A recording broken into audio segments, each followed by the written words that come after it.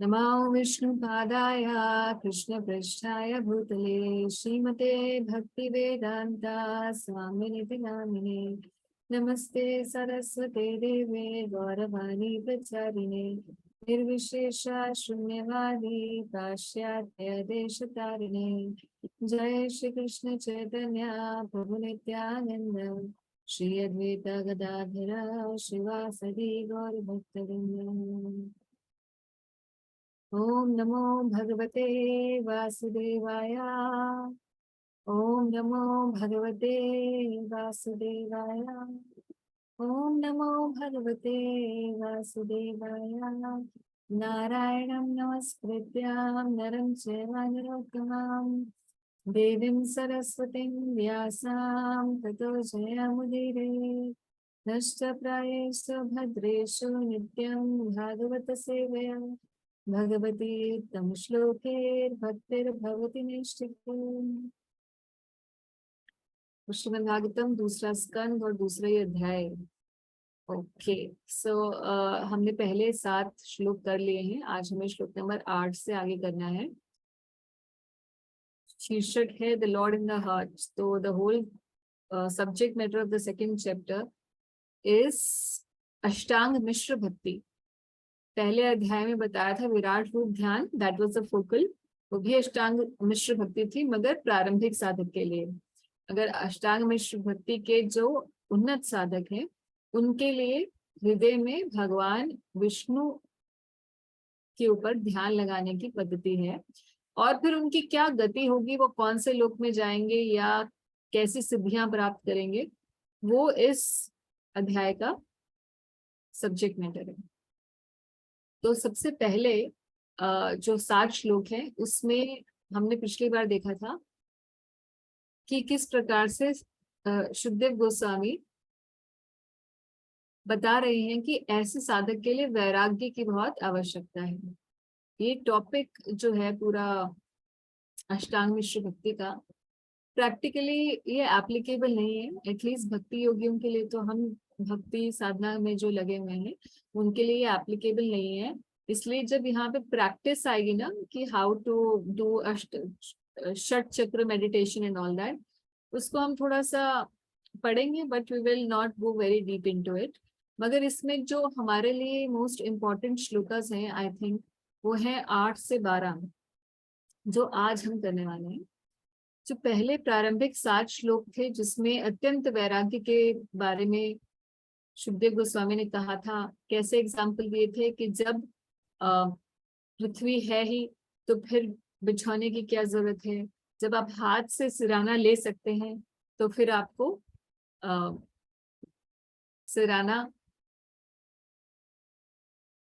एक second, feel होता क्या? नहीं वो मैं स्क्रीन एडजस्ट करी थी मैं जी, सॉरी। तो फिर आपको पिलो की क्या है ना, कि तकिए की क्या जरूरत है, और वृक्षों से फल आपको मिल सकते हैं, उससे आपका भरण पोषण हो सकता है।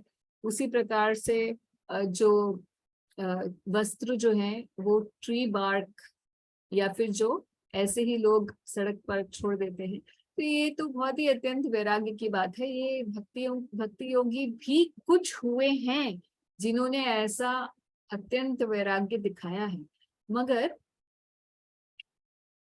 ये जन साधारण के लिए नहीं है और नॉर्मल भक्त, हम जैसे साधक भक्तों के लिए नहीं है। कोई सिद्ध भक्त के लिए ये सही है, मगर हम जैसे गृहस्थ भक्तों के लिए ये बात नहीं कही गई। पर कहने का आशय है कि विरक्ति थोड़ी बहुत हेल्पफुल होती है भक्ति में आने के लिए। ऐसा भी कोई भक्त ना समझे कि अरे विरक्ति के बारे में माता जी ने बोला कि अरे बहुत जरूरी नहीं होती भक्ति के अंदर, तो विरक्ति की तो बिल्कुल जरूरत नहीं है, we will live with all pomp and show. So that is also not the idea. The idea is to live a simple life which is very conducive for Krishna consciousness. तो हमारा हमेशा मापदंड यही रहना चाहिए कि क्या ये मेरी भक्ति के लिए सही है या नहीं। अगर कोई वैराग्य हमारी भक्ति के लिए बाधक बन रहा है तो हमें उसको रिजेक्ट कर देना चाहिए, उस वैराग्य को भी। और अगर हम थोड़ा बहुत सिंप्लिसिटी की तरफ नहीं मुड़ेंगे तो भी ये पॉसिबल नहीं होता कि हम भक्ति में आगे उन्नति कर पाए।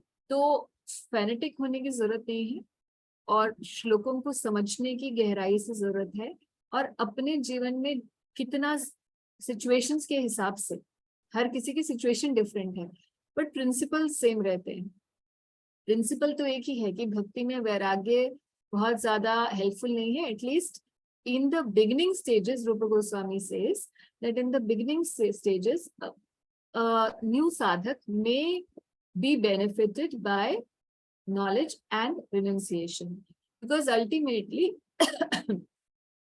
knowledge and renunciations do not produce bhakti, they just aid bhakti, and they should be used only as an aid. They should not be used as a means to develop bhakti, because bhakti is independent of these things.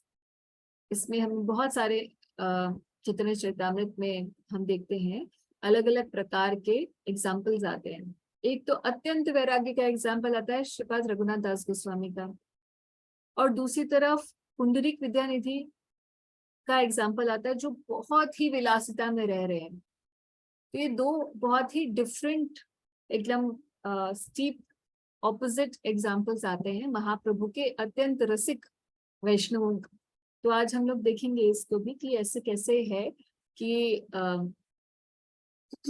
ये दोनों बिल्कुल opposite होते हुए भी एक बिल्कुल विलासिता का जीवन जी रहे हैं और दूसरे अत्यंत वैराग्य का जीवन, और उसके बाद भी दोनों ही महाप्रभु के गण हैं और बहुत ही माननीय हैं, जिनके बारे में जिनका जो चरित्र है उसका वर्णन कृष्णदास कविराज गोस्वामी कर रहे हैं। तो ये कैसे है बात? Principle, again the principle is we have to judge in our life what is conducive for our Krishna consciousness and do that. Only to that extent we should accept renunciation.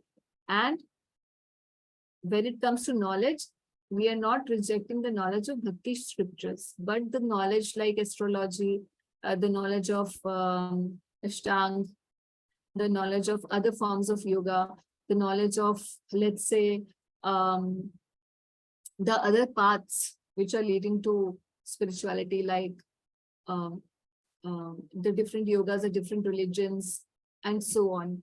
All these, the knowledge of all this wider scale knowledge is not required to advance in bhakti.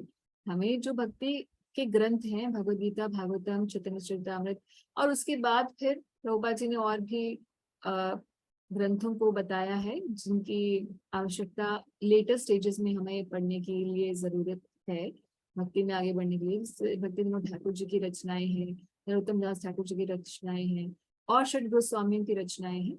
ये फिर हम क्रमशः बाद में पढ़ सकते। तो ये इस नॉलेज को रिजेक्ट हम नहीं करते। Bhakti unmukh knowledge is to be cultivated systematically. Similarly yukta vairagya is also to be cultivated. युक्त वैराग्य का प्रिंसिपल हम भक्तों के लिए एप्लीकेबल है। तो this is the conclusion of the first 7 versus for us. एक और बात ध्यान रखने की है, जब प्रभुपाद जी ने ट्रांसलेशंस की हैं तो आप देखेंगे भगवद गीता में भी जब 6वां अध्याय आता है जो अष्टांग योग का अध्याय है, उसमें भी श्रील प्रभुपाद उसे हमेशा भक्ति से जोड़ते हुए उसकी ट्रांसलेशंस किए हैं। जहां जहां भी ट्रांसलेशंस में ऐसे योगी शब्द आया है तो कई बार प्रभुपाद जी ने उसे भक्त भी ट्रांसलेट कर दिया है, क्योंकि प्रभुपाद जी का आशय ये है कि व्यक्ति बाकी अलग योग पद्धतियों के प्रति, जो कि अब इस कलयुग के लिए इतने ज्यादा एप्लीकेबल नहीं है, उनके प्रति रुझान करके अपना समय न बर्बाद करे। इसलिए भक्ति से परिपूर्ण जो व्याख्या है वही उन्होंने भगवद गीता की है। उसी प्रकार से श्रीमद् भागवतम में भी ऐसा ही है। तो अब आप देखेंगे जब श्लोक प्रैक्टिस फॉर एडवांस्ड योगी आएगा, या ध्यान आश्रय क्या है, या जब सुपर सोल का डिस्क्रिप्शन है, तो वहां पर भी प्रभुपाद जी इसे बड़ी भक्तिपूर्ण व्याख्या करते हैं। और ऐसा लगेगा नहीं आपको कि ये अष्टांग मिश्र भक्ति की व्याख्या है, क्योंकि है तो अष्टांग योगी के लिए ही क्या क्रम है यही बता रहे हैं सुखदेव गोस्वामी, मगर हम पढ़ेंगे उस स्टाइल से नहीं और प्रभुपाद जी लिखेंगे उस स्टाइल से नहीं। सो कोई अष्टांग योगी यहाँ पर आके प्रभुपाद जी के ग्रंथ पढ़ के थोड़ा ही लाभान्वित हो सकता है, अच्छा उसको लाभ ये मिलेगा कि उसे भक्ति करने के लिए प्रेरणा मिल जाएगी अगर कोई अष्टांग योगी इस प्रभुपाद जी की कमेंट्री को पढ़ता है। मगर अगर कोई अष्टांग योगी टिपिकल जो अष्टांग का पालन कर रहा है और वो केवल जो है उसी मार्ग के हिसाब से ही सिद्धि प्राप्त करना चाहता है, तो हो सकता है कि प्रभुपाद जी की ट्रांसलेशन उसे थोड़ी सी लेट्स से सटीक ना लगे। ये एक विषय है जिसके ऊपर भक्ति वेदांत प्रोपुट्स करके एक नोट श्री शिवराम स्वामी महाराज की एक नोट भी नहीं है, it's like a small booklet which he has written, जिसमें जो एकेडमिक सर्कल में लोग ऐसे बोलते हैं कि प्रभुपाद जी की ट्रांसलेशंस में ज्यादातर भक्ति भक्ति की ही व्याख्या है और कई बार ऐसा लगता है कि it is being overshadowed. His translations of the scriptures like Srimad Bhagavatam and Bhagavad Gita are getting overshadowed by his mood of devotion rather than the Sanskrit translations. So Shri Swami Maharaj कहते हैं कि exactly Prabhupada, again the same thing, that he didn't want the reader to get deviated because he is specifically written for people, for common people like us, so that we can appreciate the scriptures and we can understand without being deviated, we can understand the actual purport and apply that in our life and go ahead in our spiritual life rather than getting deviated by different yoga systems. So that is the crux. Okay, so with this introduction, we will start verse 8 to 12. अब ये श्लोक जो है 8 से 12 इसमें सुखदेव गोस्वामी बता रहे हैं कि having accepted this extreme form of renunciation, an advanced yogi, Ashtanga yogi, what he has to do, how he has to meditate on the super soul, क्योंकि अष्टांग योगी का यही ध्यान आश्रय है, एक उन्नत अष्टांग योगी का। तो वो सुपर सोल यानी कि वो भगवान विष्णु का जो फॉर्म है वो कैसा दिखाई देता है, इसके ऊपर 8 से 12 श्लोक हैं और यही श्लोक प्रभुपाद जी ने इस तरीके से ट्रांसलेट किए हैं कि हम जो भक्ति मार्ग में हैं वो भी इसका लाभ उठा सकें और हम लोग भी भगवान के इस फॉर्म को, सुंदर रूप का ध्यान हम अपने चित्त में बिठा सकें। Of course another thing is, क्योंकि हम भक्ति योगी हैं, हम जब भी भगवान विष्णु के रूप का ध्यान हम लोग नहीं करते हैं अनलेस कि कोई उस वैष्णव संप्रदाय में है, एटलीस्ट गौड़ीय वैष्णवों के लिए भगवान विष्णु के स्वरूप के ध्यान के लिए बात नहीं कही गई है। जगह जगह भगवान के श्याम सुंदर स्वरूप के ही जो आदि रूप है भगवान का, गोविंदम आदि पुरुषम तम हम भजामि, यही हमारा सिद्धांत है। और आराध्यो भगवान ब्रजेश तन्यास तन्धाम वृंदावनम, ये ही मूल सिद्धांत को लेकर हम जब भी पढ़ते हैं और लिखा होता है कि भगवान विष्णु का ऐसा ऐसा है और भी ध्यान लगाना चाहिए, तो हमारे लिए उसका ट्रांसलेशन यही होना चाहिए, अंडरस्टैंडिंग यही होना चाहिए कि प्रभुपाद श्याम सुंदर स्वरूप के बारे में ही बात कर रहे हैं। ठीक है, अब हम लोग शुरू करते हैं पढ़ना। 8वां श्लोक।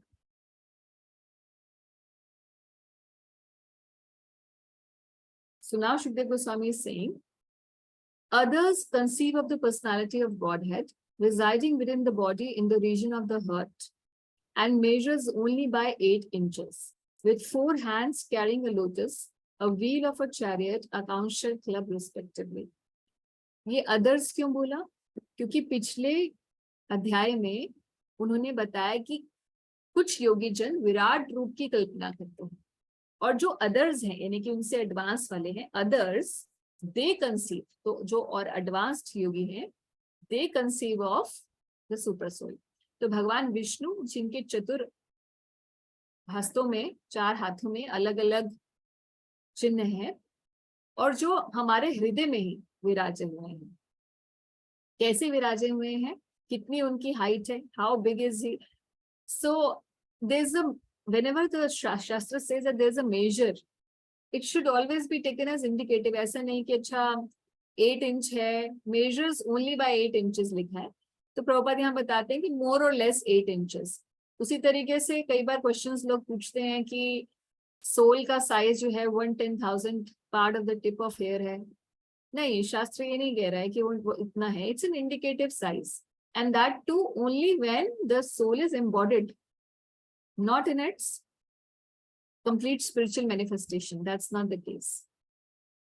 सो इसीलिए जब भी साइजेस इस तरीके से देते हैं तो इंडिकेटिव ही मानना चाहिए. तो ये भगवान रहते कहाँ है? हमारे हृदय में रहते हैं. अभी क्वेश्चन लोग पूछते हैं, जब हृदय ट्रांसप्लांट होता है तो क्या भगवान भी ट्रांसप्लांट हो जाते हैं? ऐसा पॉसिबल नहीं है, क्योंकि भगवान चित्त शक्ति है. मतलब भगवान का स्वरूप ये मटेरियल नहीं है. In the region of heart means ऐसे नहीं कि दिल में रहते हैं. जो हर्ट हम लोग सोचते हैं ना, that is not the heart, it's a region of heart. अंतःकरण में रहते हैं.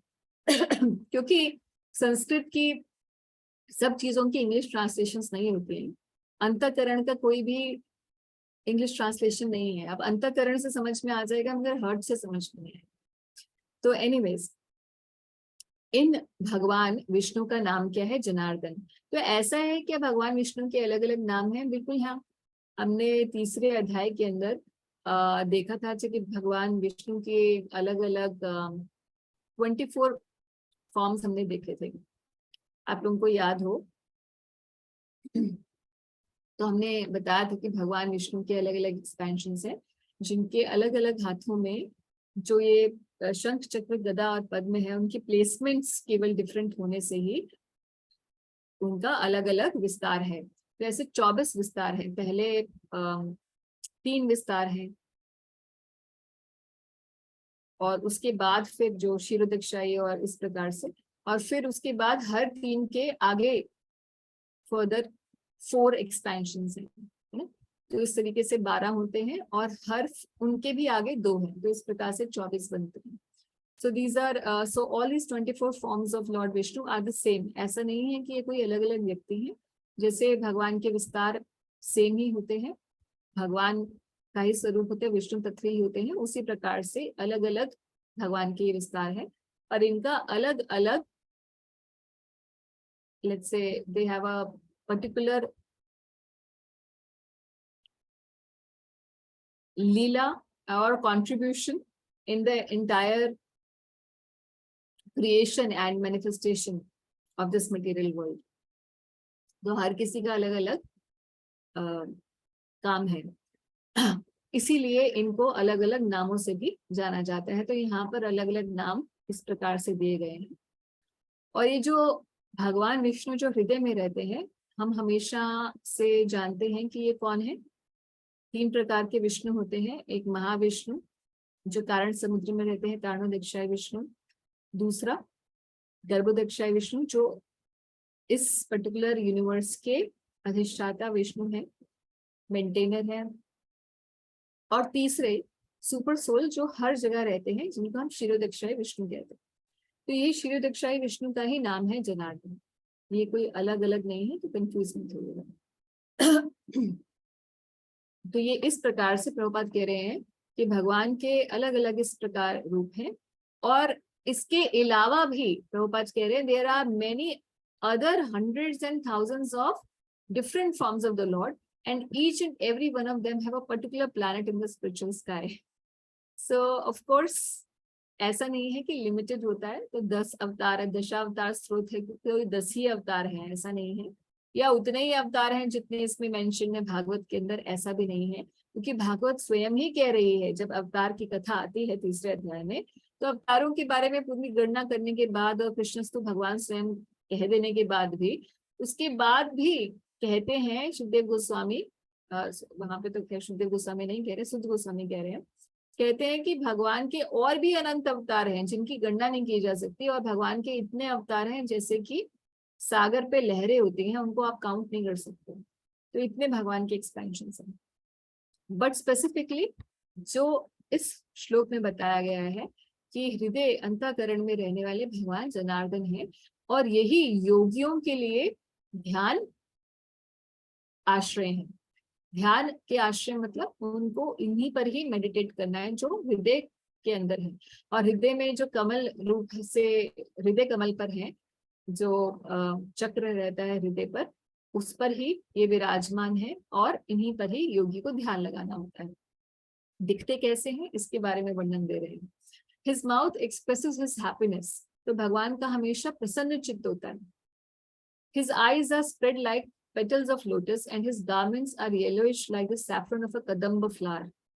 तो होपफुली आप लोगों ने सबने कदम्ब फूल देखा होगा। कदम्ब और तमाल ये दो बार बार शास्त्रों के अंदर आते हैं। कदम्ब एक वृक्ष है, आप बचपन में हम गाते थे ना पोयम, ये कदम का पेड़ है ना। तो कदम्ब एक बहुत ऑस्पिशियस ट्री है which is basically representation of Radha Rani. और कदम के फूल कैसे होते हैं, बिल्कुल बॉल के जैसे होते हैं, और उसमें एक ही फूल में, एक ही वो बॉल में, जैसे they are so many, what do you say that, it's a bunch of flowers in one flower. और तमाल वृक्ष जो है इट्स रिप्रेजेंटेशन ऑफ कृष्णा। तो पूरे ब्रज में आपको दिखेंगे तमाल वृक्ष और कदम के वृक्ष। और कदम के जो वृक्ष हैं उनका गोल्डन कलर होता है जैसे श्रीमती राधा रानी का है, और इरप्टेड होते हैं। आप गूगल पे जाइएगा, कदम फ्लावर टाइप करेगा तो you can see that it's a very special flower with a heavenly fragrance. और कदम्ब का जो फूल है वो उसी प्रकार से है जैसे कि श्रीमती राधा रानी जब महाभाव में होते हैं या श्री चैतन्य महाप्रभु जब भावावेश में होते हैं तो उनके शरीर के जो अंग हैं वो प्रफुल्लित हो जाते हैं और उनके रोए जो होते हैं, the hairs on their body they stand in ecstasy. बिल्कुल वैसे ही कदम्ब के फूल के जैसे उनका कंपैरिजन किया जाता है। तो बहुत स्पेशल फ्लावर है। और कह रहे हैं कि उनके जो गारमेंट्स हैं, भगवान के जो पीत वर्ण है, तो पीत भी कौन सा वाला पीत है, जैसे कदम्ब के फूल के ऊपर जो येलो कलर का रहता है, ये गोल्डनिश येलो है, वो ही उनके धोती का रंग है, भगवान के वस्त्र का रंग है। And bedecked with valuable jewels. His ornaments are all made of gold, set with jewels, and he wears a glowing headdress and earrings. तो भगवान विष्णु के स्वरूप का वर्णन है। देखिए हमारे हृदय में कोई गोल्ड पहन के बैठा हुआ है। Anyways, his lotus feet are placed over the whole of the lotus like herds of great mystics. तो योगियों के हृदय में, जो हृदय कमल पर भगवान अपने चरण कमल रखे हुए हैं। ऐसा योगी को सोचना है कि मेरे हृदय कमल पर भगवान के चरण कमल, ऐसा उसको ध्यान करना है योगी को। On his chest there is Kaustubha jewel. तो कौस्तुभ मणि भगवान पहनते हैं, तो there is a locket and then he wears this Kaustubha mani. तो ये कौस्तुभ मणि जो है ये रेड कलर में होती है, क्योंकि 11वें स्कंद में चर्चा आती है कौस्तुभ की। तो कौस्तुभ को कंपैरिजन किया है रूबी के साथ, तो रेड कलर का कौस्तुभ मणि है, which is engraved with a beautiful calf. And what does this calf represent? This calf actually represents a pure living entity. There are other jewels on his shoulder and complete torso is garlanded with fresh flowers.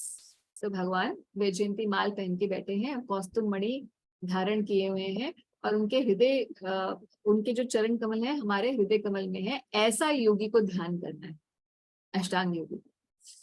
तो ultimately आप देखिए कि योगी केवल योग साधना में ओम प्रणव का जप ही नहीं कर रहा, और ऐसा ही नहीं है कि वो सिर्फ प्रत्याहार करके और कुछ शून्य के बारे में बात नहीं हो रही है कि योगी को शून्य कुछ अपने मन में वॉइड लेकर आना है। तो जैसे ही हम देखते हैं किसी भी योगा क्लास में जाते हैं तो जनरली वो लोग यही ही बताते हैं, अपने विचार शून्य कर दीजिए, अपने हृदय को, अपने मन में जो भी विचार आ रहे हैं उनको शांत कर दीजिए और खाली कर दीजिए अपने मन को। जबकि अष्टांग योग की पद्धति ये है नहीं। अष्टांग योग की पद्धति क्या है? भगवान का के सुंदर रूप पर ध्यान करना। और अगर आप प्रारंभिक हैं, आप में भक्ति का अंश नहीं है, तो विराट रूप के ऊपर ध्यान करना, ये पद्धति है श्रीमद् भागवतम जो बता रही है। और कह रहे हैं, he is well decorated with an ornamental wreath about his waist and rings on his fingers studded with valuable jewels. his leglet bangles oiled hairs curling with bluish tint. तो भगवान के जो केश हैं ब्लैक नहीं, जैसे भगवान का श्याम वर्ण है ऐसे ही भगवान के केशों का भी जो वर्ण है वो ब्लूइश ब्लैक है with a bluish hue जहां भी mentioned है. And his beautiful smiling face are all very very pleasing. So ऐसा योगी को ध्यान करना है कि भगवान प्रसन्न चित्त हैं और उनके प्रसन्न जो मुखमंडल है उसकी तरफ भी उसे ध्यान करना है. आप देखेंगे जब ध्रुव महाराज की कथा पढ़ेंगे तो ध्रुव महाराज को वहां भी अष्टांग मिश्र भक्ति की बात है. जब नारद मुनि ध्रुव महाराज को बताते हैं कि कैसे आपको भगवान पर ध्यान करना, भगवान विष्णु पर, तो वहां नारद मुनि यही उपदेश करते हैं अष्टांग मिश्र भक्ति का, और इसी से ही ध्रुव महाराज को भगवान की प्राप्ति होती है. मगर ध्रुव चित्त में जब बात आएगी कैसा ध्यान करना है तो नारद मुनि बताते हैं कि ऐसा ही बिल्कुल डिस्क्रिप्शन देते हैं और बोलते हैं कि आपको ऐसे ध्यान करना है हे ध्रुव कि भगवान प्रसन्न चित्त है और बड़े आतुर हैं आपको कुछ देने के लिए, आपको वर देने के लिए आतुर है, ऐसा आप ध्यान कीजिए. क्योंकि ध्रुव महाराज वर ही चाहते थे भगवान से. तो भगवान के इस प्रसन्न चित्त को ध्यान करना हैज इट्स ओन रीजन. हमें क्या धारणा करनी चाहिए? हम जब भगवान के श्रीअंगों पर ध्यान करते हैं तो हमें कैसे ध्यान करना चाहिए इसके बारे में हम लोग अभी देखेंगे. प्रभुपाद यहाँ बता रहे हैं नेक्स्ट जो 12th श्लोक है, it is very important and Prabhupada has given a very detailed purpose to it. Okay. The Lord's magnanimous pastimes and the glowing glance of his smiling face are all indication of his extensive benedictions. तो भगवान के जो लीलाएं हैं और भगवान का जो मुखमंडल है, जो स्मित मुखमंडल है, दे आर ऑल इंडिकेटिव कि भगवान कुछ देने वाले हैं, है ना, of his extensive benedictions. One must therefore concentrate on his transcendental form of the Lord as long as the mind can be fixed on him by meditation. तो ये किसको करना है? अष्टांग योगी को करना है. किस पे ध्यान लगाना है? भगवान सनातन पर. हमें क्या करना है? क्या हमें भगवान के श्याम सुंदर स्वरूप पर ध्यान लगाना चाहिए? कहाँ से हमारी ध्यान शुरू होना चाहिए, कहाँ तक जाना चाहिए, इसके बारे में थोड़ा सा प्रभुपाद के प्रॉपर्ट में पढ़ते हैं. प्रभुपाद कह रहे हैं यहाँ पे, the process of meditation recommended here in भक्ति योग और the process of devotion service after being liberated from material conditions. Then he says that this Gyan Yoga is the process of liberation from the material conditions, and after one is liberated, यानी कि जब कोई व्यक्ति मुक्त आत्मा होता है, जब मुक्त आत्मा हो जाता है तो वो भक्ति योग का पालन कर सकता है. अभी हम तो भक्ति योग का पालन कर रहे हैं मगर हम मुक्त आत्मा तो नहीं है, क्योंकि यहाँ जिस भक्ति योग की बात कर रहे हैं उसकी श्रेणी 3 श्रेणियां होती है: साधन भक्ति, भाव भक्ति और प्रेम भक्ति. ये 3 श्रेणियां, 3 स्टेजेस है भक्ति योग में. साधना भक्ति के लेवल पर अभी हमारी चित्त शुद्धि ही चल रही है और भगवान से हमारा लगाव बढ़ रहा है.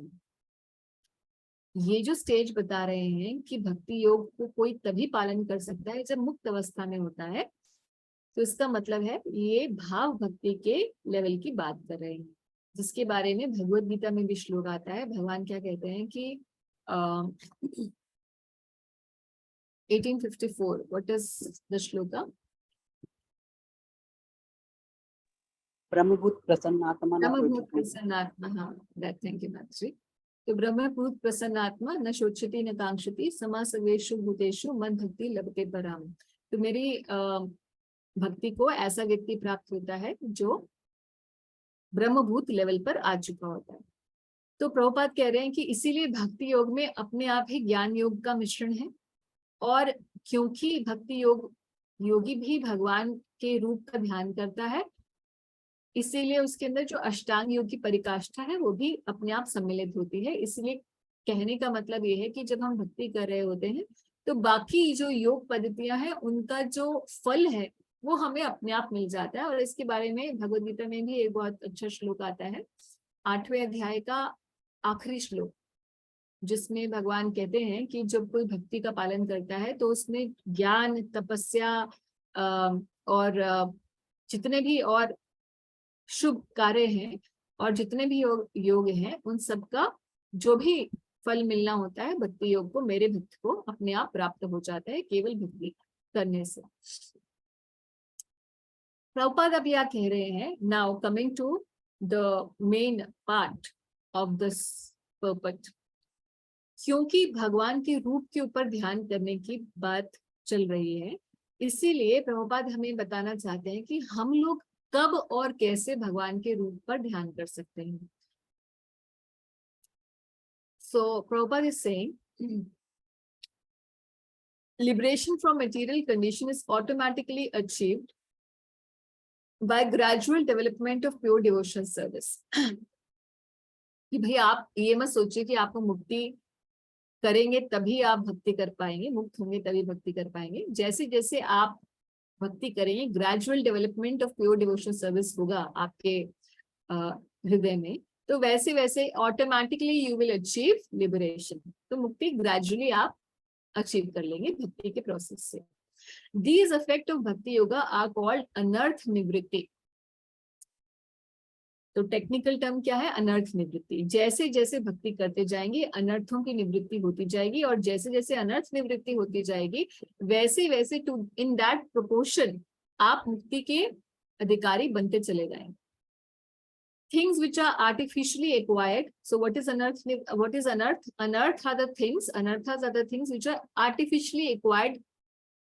यानी कि हमारे मूल स्वरूप में जीवात्मा के ये अनर्थ नहीं होते, मगर हमने आर्टिफिशियली इनको ले लिया। जैसे दूसरों से जलना, ये शुद्ध आत्मा का चरित्र है ही नहीं, मगर हमने इसे थोप रखा है। इसे प्रभुपाद कह रहे हैं कि so these artificial things will gradually disappear along with the process of bhakti yoga. And then he says, meditation on the lotus feet of the personality of Godhead, the first processional step must show its effect by anarth nivritti. So Prabhupada ji के पर्पट्स में कई सारे detail होते हैं जिनको हम अगर समझ जाएं और ध्यान से पढ़ें तो बहुत लाभ मिल सकता है। प्रभुपाद कह रहे हैं कि अनर्थ निवृत्ति आप देख सकते हैं अपने जीवन में अगर आप भगवान के चरणों पर ध्यान लगाते हैं तो। अब हम अपने गोल से, भक्त लोग अपने गोल यानी कि प्रेम भक्ति से कितना दूर है? उतना ही दूर है जितने अनर्थ हैं हमारे। So the roadblock between me and Krishna is only the anarthas that I have. And the whole process that I am doing, Shravan Kirtan and everything, is basically just to remove this anarthas. Prabhupada is telling that devotees should, basically he is recommending that devotees must meditate on the lotus feet of Krishna. And that will show the result. What will be the result? Anarth nivritti. अब क्या सिर्फ हमें यही करना है और बाकी सब कुछ नहीं करना? नहीं, ऐसा नहीं है। भजन करना है, मगर हम अपने भजन के साथ साथ जब हम नाम जप कर रहे हैं तो हम भगवान के चरणों पर ध्यान लगा सकते हैं, ऐसा प्रभुपाद कह रहे हैं। और ऐसा करने से अनर्थ निवृत्ति आपको मिलेगी। इसलिए कई बार क्वेश्चंस ये आते हैं, एंड राइटली सो, क्योंकि प्रभुपाद जी ने अलग अलग जगह पे अलग अलग बातें कही हैं। किसी भक्त, एक जो सबसे ज्यादा कोट की जाती है वो एक कॉन्वर्सेशन है जिसमें एक भक्त प्रभुपाद से पूछ रहे हैं, प्रभुपाद जब हम जप कर रहे हैं तो व्हाट शुड वी थिंक? तो Prabhupada says, what is the question of thinking? You are chanting and you are hearing. So the mind, there's nothing to be thought of. Only when the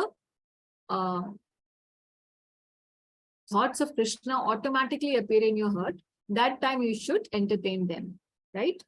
This kind of a conversation is there, and it is often quoted just to tell the newcomers, new devotees, that there's no need to artificially impose anything except the fact that one should simply hear the holy name.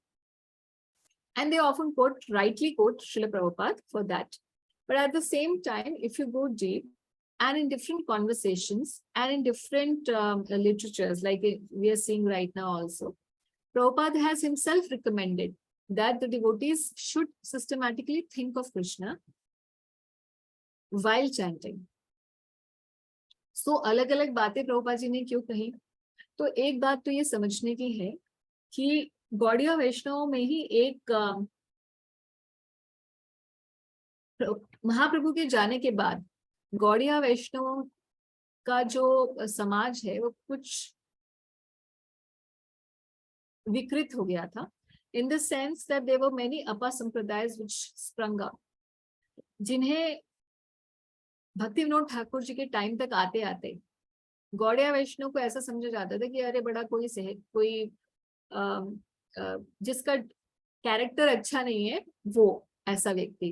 क्यों? क्योंकि लोगों ने रासलीला के बारे में गलत प्रचार करना, गलत तरीके से स्त्री संग करना इन द नेम ऑफ रासलीला और ये सब शुरू कर दिया था। तो ऐसे बड़े सारे अपा संप्रदाय ऑफशूट्स अभी भी एग्जिस्ट करते हैं गौड़िया वैष्णव में, और प्रभुपाद जी के समय पर भी एग्जिस्ट करते थे, और ये हर भगवान की लीला स्थली पर आपको देखने को मिल जाएंगे। ऑफ कोर्स इनका प्रचार नहीं है बहुत ज्यादा, तो छोटी क्वांटिटी में होंगे, मगर आपको हर जगह देखने को मिल जाएंगे, even at the most prominent Gaudiya Vaishnava places. For example, आप जाएंगे हरिदास ठाकुर जी की समाधि पर, तो जगन्नाथपुरी में हरिदास ठाकुर जी जो कि नामाचार्य हैं, जिस सिद्ध बकुल के नीचे बैठकर नामाचार्य हरिदास ठाकुर हरे कृष्ण महामंत्र का 3 लाख नाम जप किया करते थे, वहां महाप्रभु ने जहां उन्हें समाधि दी थी ना, उस स्थान पर हरे कृष्ण महामंत्र ही चलना चाहिए या उसी का ही कीर्तन होना चाहिए, मगर वहां उसका कीर्तन नहीं होता है। उस मंदिर की जो केयर टेकर हैं वो एक अपा संप्रदाय है, दिखने में वही गौड़िया वैष्णव लगेंगे आपको, तिलक कंठी सब कुछ सेम होगा और निताय गौर ये वो सब कुछ चलेगा, मगर वो एक दूसरा कीर्तन करते हैं, और वो कीर्तन क्या होगा? भज निताय गौर राधे श्याम हरे कृष्ण हरे नाम। तो एक ऐसे अपा संप्रदाय मैनिफेस्ट हुआ जिन्होंने कहा कि हरे कृष्ण महामंत्र जपने के बजाय आप क्या जपिए? भज निताय गौर, यानी कि निताय गौर का भजन कीजिए, राधे श्याम हरे कृष्ण हरे राम, जिन्होंने हरे कृष्ण और हरे राम नाम का महामंत्र दिया है। अब महामंत्र दिया तो महामंत्र ही जप करना चाहिए, क्योंकि ये तो कोई मंत्र नहीं है जो आप जप कर रहे हैं, मगर वो कॉन्टिन्यूसली इसी का कीर्तन करते हैं, and that too at Haridas Thakur samadhi. और भी एग्जाम्पल देखिएगा आप, एक साखी बेखी संप्रदाय है, आप नरसिंहपल्ली नाम का जो मायापुर में नरसिंह भगवान का एक बहुत प्राचीन मंदिर है नरसिंहपल्ली, तो जो डिवोटीज मायापुर जाते हैं मायापुर परिक्रमा में उनको पता है, वहां पर भी इनका बहुत ज्यादा बोलबाला है। ऐसे ही उड़ीसा में आपको बहुत सारे मिल जाएंगे, जगन्नाथपुरी के आसपास आपको हर एक अपा संप्रदाय का छोटा छोटा रिप्रेजेंटेटिव कहीं ना कहीं आपको दिख जाएगा अलग अलग मंदिर में। वृंदावन में भी बहुत है और राधाकुंड पे भी बहुत सारे हैं। तो इसीलिए प्रभुपाद जी जब भक्तों को लेकर आए थे ना पहली बार वेस्टर्नर्स को, तो प्रभुपाद जी ने तो अपने हिसाब से उनको ट्रेन किया हुआ था। यहाँ वृंदावन में आने के बाद they went to different places and then people told them various other things कि आपको ऐसे नहीं, आपको ऐसे लीला स्मरण करना चाहिए, आपके गुरुजी तो आपको सिखा नहीं रहे लीला स्मरण के बारे में, आओ हम आपको हायर चीजें सिखाते हैं। और ये ऐसे भक्त थे जो अभी 1 साल पहले स्मोक कर रहा था। I mean, Prabhupada had preached to the Westerners, है ना? So they were very new people. So Prabhupada didn't want them to get deviated, क्योंकि क्रम से ही आपकी जैसे जैसे अनर्थ निवृत्ति होती है, हृदय की शुद्धि होती है, तो अपने आप फिर धीरे धीरे गुरु आगे का मार्गदर्शन करते हैं कि अब आपको क्या सोचना चाहिए, अब आपको क्या पढ़ना चाहिए। ऐसा step by step process of purification होना चाहिए, क्योंकि अगर हमारे हृदय में अभी भी काम वासना है और हम गोपियों के भगवान के बारे में और उनके रासलीला के बारे में पढ़ेंगे तो हमारा हृदय और दूषित हो जाएगा, और ऐसा भी पॉसिबल है कि हम भक्ति छोड़कर भगवान के प्रति और गोपीजनों के प्रति बहुत अपराध कर बैठी। इसीलिए बार बार प्रभुपाद जी चेतावनी दिए हैं अपने ग्रंथों के अंदर, बार बार, कि कोई भी ऐसा सहजिया भाव अपने हृदय में ना रखे। तो इसीलिए ये hence there are two versions of talks which Prabhupada has done. किसी भक्त को प्रभुपाद जी ने कहा कि नहीं, आपको कुछ और सोचने की जरूरत नहीं है, only hear the holy name. And then at various places Prabhupada is writing and is also speaking that you can gradually think about Krishna. So इसीलिए ये डाउट मत रखिएगा कि हम सोच सकते हैं या नहीं सोच सकते भगवान के बारे में। ऑफ कोर्स भगवान का रूप का ध्यान और भगवान के चरणों का ध्यान किया जा सकता है, बट इसमें भी प्रभुपाद अभी बताएंगे कि किसको क्या करना चाहिए इसी पर्पट में, देखिएगा बहुत इंटरेस्टिंग पर्पट है। Now Prabhupada says that the gross, and please forgive me for because this purport Prabhupada is going to talk about the very gross kind of anartha which we all are suffering from. कोई भी ऐसा नहीं जो इससे छूटा हुआ हो, तो इसीलिए I will be using these words, so please forgive me for that. The grossest types of anarthas which bind the conditioned soul in material existence is sex desire. And this sex desire gradually develops in the union of male and female.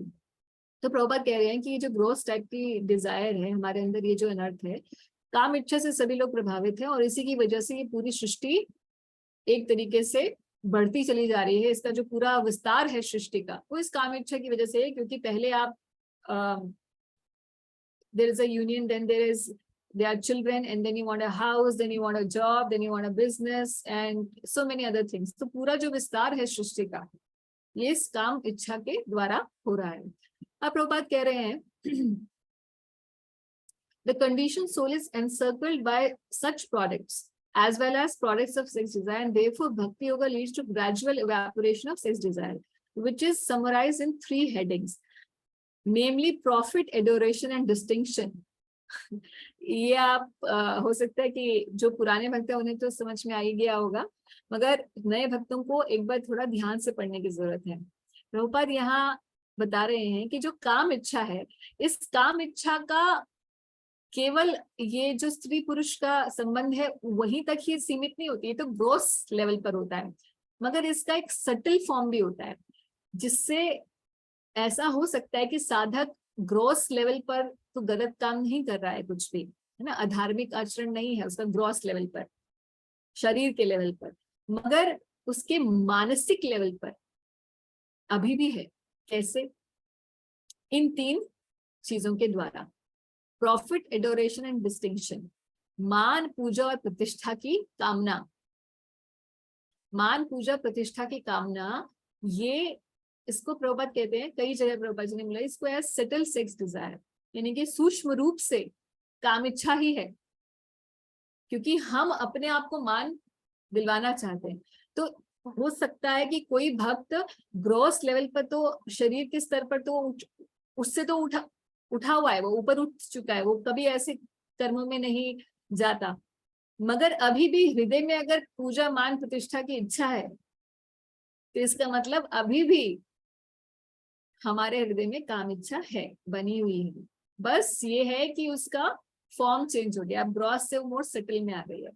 ऐसा भी होता है जैसे जैसे हम भक्ति में आगे बढ़ते हैं तो हमारे पहले ग्रोस अनर्थास जो है वही खत्म होते हैं, एंड देन सटल अनर्थास। सटल अनर्थास में बहुत सारे हैं, जिसको चैतन्य चरितामृत में महाप्रभु उपशाखा गण बोलते हैं। भक्ति की जो शाखा है, कहते हैं कि माली के द्वारा, माली जैसे सींचता है, किसी बीज को रोपण करता है, फिर उसे सींचता है, वो एक लता बनती है, लता और आगे आगे बढ़ती चली जाती है। उसी प्रकार से कंपेयर करते हैं भक्ति की लता से, कि हमें गुरु के द्वारा एक सीड, भक्ति का बीज मिलता है, उसको हम श्रवण कीर्तन के जल द्वारा सिंचन करते हैं, फिर उस पेड़ को, उस वृक्ष को संभाल के भी रखना होता है ना, क्योंकि कोई आके खा जाएगा, छोटा वृक्ष है तो कोई भी जानवर, पशु खा सकता है। तो वो कहते हैं उसी प्रकार से अनर्थास से हमें इसे सेव करना होता है, और ये अनर्थास जो है पहले ग्रोस, फिर सटल होते हैं, और सटल होते चले जाते हैं, बहुत सूक्ष्म होते चले जाते हैं अनर्थ, इतना कि हमें पता भी नहीं, साधक को पता ही नहीं चलता कि वो किसी अनर्थ से जूझ रहा है, जब तक कि वो किसी उन्नत वैष्णव के संग में नहीं रहेगा, उसे पता ही नहीं चला कि उसके अंदर ये एनर्जी, उसकी ऐसी बुद्धि चल रही है, जिसमें प्रभुपाद श्री चैतन्य महाप्रभु बोलते हैं कि पूजा मान प्रतिष्ठा आदि जत शाखागण, ये उपशाखा जो है उनको गिनाते हुए, उपशाखाओं में गिनती करते हुए सबसे पहले यही नाम लेते हैं, पूजा मान प्रतिष्ठा की इच्छा। Then Prabhupada is saying all conditioned souls are mad after these different forms of sex desires, and one shall see himself how much he has been freed from such material hankerings. तो अपने हृदय में अपने आप झांके हर साधक देखे कि उसके अंदर कहाँ है, अब क्या भी वो ग्रॉस में फंसा हुआ है या वो सटल में फंसा हुआ है, क्योंकि जब तक वो फंसा हुआ है ग्रॉस में या सटल में, तब तक उसके पैर कीचड़ में ही है, वो इस मटेरियल वर्ल्ड के दलदल के अंदर ही पैर हैं, अभी बाहर नहीं आए। भले ही उसने चोगा पहना हो सन्यासी का, या उसका टाइटल कोई हिज होलीनेस हो, कुछ भी हो सकता है, या वो बहुत यूट्यूब पे उसका बहुत प्रचार हो, it can be anybody and anyone. अब of course we are not to जज other devotees, we are here to जज अवर ओन सेल्फ। कहने का ये मतलब है कि कोई किसी भी स्तर पे हो सकता है, मगर हो सकता है कि अभी भी उसके अंदर सूक्ष्म रूप से मान प्रतिष्ठा की इच्छा हो, और अगर ऐसा है तो प्रभुपाद कहते हैं ऐसे व्यक्ति को संन्यास नहीं लेना चाहिए। आगे बताएंगे। सो प्रभुपाद कह रहे हैं as a person feels hunger satisfied after eating each morsel of foodstuff, खाना खाते तो अपने आप ही पता चलता है ना कि भाई पेट भर गया मेरा, किसी और से सर्टिफिकेट की जरूरत नहीं है। सिमिलरली कह रहे हैं he must similarly be able to see the degree to which he has been freed from sex Dzire.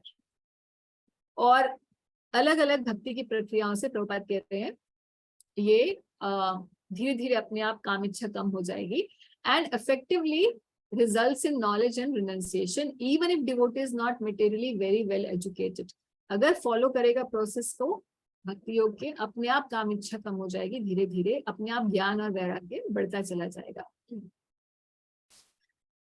Then Prabhupada say we have previously discussed that the transcendentalist is required to be self-sufficient and should not beg from the rich blind persons to fulfill his bare necessities of life। पहले 7 श्लोकों में सुखदेव गोस्वामी ने यही कहा था ना कि किसी के पास जाने की जरूरत नहीं है मांगने की, क्योंकि ये सृष्टि अपने आप, प्रकृति अपने आप ही सब कुछ दे रही है, तो किसी के पास जाकर कुछ लेने की आवश्यकता नहीं है। प्रकृति के ऊपर ही निर्भर रहकर अपना वैराग्य के द्वारा अष्टांग योगी को आगे बढ़ना चाहिए।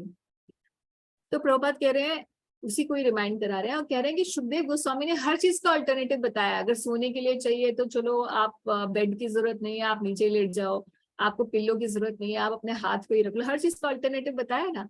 तो कह रहे हैं he suggested some alternative for the bare necessities of life. अब कोई बोल सकता है कि नहीं मगर but you know just like eating is a necessity, similarly procreation की वजह से जो है ये भी एक नेसेसिटी है, तो बॉडी की डिमांड है। तो कह रहे हैं कि सुखदेव गोस्वामी ने बाकी बेयर नेसेसिटीज के लिए अल्टरनेटिव बताया है ना, but he has not suggested any alternative for sex satisfaction. वहां पर उसकी गिनती नहीं की है। क्यों नहीं की है? क्योंकि one who has sex Dzire still with him, he should not at all try to accept the renounced order of life। जिसके हृदय में अभी भी काम इच्छा बनी हुई है, वो ये सोचे कि नहीं नहीं मैं संन्यास ले लूंगा या सन्यासी का चोगा नहीं पहनूंगा, मगर हम भक्त हैं, मगर हम बड़े विरक्ति का अपना लेवल बढ़ा देंगे, ये नहीं चलने वाला। हृदय में आने की जरूरत है। पूरी भगवत गीता में भगवान सन्यास को एक ही चीज बोले हैं, एक ही चीज बोलेंगे, सन्यास आश्रम नहीं है। मतलब सन्यास आश्रम भी है, मगर एक ही चीज को एम्फोसाइज बार बार 6th chapter 5th chapter then 3rd chapter and 18th chapter, जहां भी भगवान ने भगवत गीता में सन्यास के बारे में बात की है, एक ही बात बोली है कि अपने हृदय से जो भोग वृत्ति है उसको हटा दिया जाए, वही सन्यास है। तो आप जहां भी रहें, अगर भोग वृत्ति को हटा दें तो आपने एक्चुअल में सन्यास प्राप्त किया है। And for one who has not attained this stage, there is no question of renounced order of life. So by gradual process of devotional service under the guidance of proper spiritual master And following the process of Bhagavatam, one must be able to at least control the gross sex desire before one accepts the renounced order of life factually. तो अगर कोई संन्यास आश्रम में जाना चाहता है तो कम से कम ग्रोस सेक्स डिजायर उसकी खत्म हो जानी चाहिए। शरीर के लेवल स्तर पर ये इंद्रिय भोग की इच्छा खत्म हो जानी चाहिए। तो यहाँ पर सटल वाली की बात क्यों नहीं कही है? क्योंकि जो सटल डिजायर्स है हमारी, ये बहुत आगे तक रहती है, ये निष्ठा आसक्ति के स्तर पर प्राय जाने को करती है। जब व्यक्ति भक्ति में और उन्नति कर लेता है और प्राय सारे अनर्थ खत्म हो चुके होते हैं, तो निष्ठा के स्तर पर ये आता है, ना धनम ना जनम ना सुंदरम। ये श्लोक निष्ठा को बताता है कि ना धनम ना जनम ना सुंदरम। ये लोगों को तो यही चीजें चाहिए। हमें क्या चाहिए अब दुनिया में? We want to have a good partner to live with, you know, we want people to follow us, worship us, या this person is so great, especially YouTube के जमाने में। तो और क्या चाहिए होता है? धन चाहिए होता है एंजॉय करने के लिए। तो निष्ठा वाले का लेवल क्या है? वो कह रहा है ना धनम ना जनम, मतलब मुझे फॉलोअर्स भी नहीं चाहिए, धन भी नहीं चाहिए, ना सुंदरम, और कोई पार्टनर भी नहीं चाहिए, मुझे भगवान सिर्फ आप चाहिए। तो ये जब लेवल आएगा तब व्यक्ति जो है सटल सेक्स डिजायर से भी उठ चुका होता है। तो निष्ठा का लेवल आप सोचिए कितना महान है। ऐसे ही निष्ठा का लेवल नहीं आ जाएगा।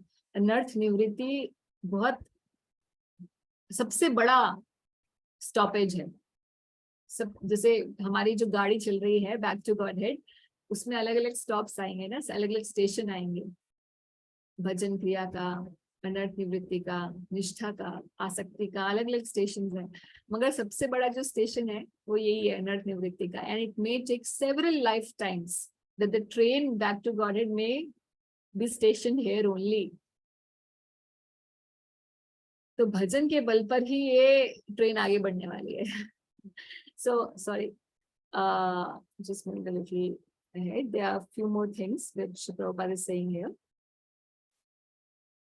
Then he's saying, अब बात ये चल रही थी कि मेडिटेशन हमें कैसे करनी चाहिए भगवान के स्वरूप पर।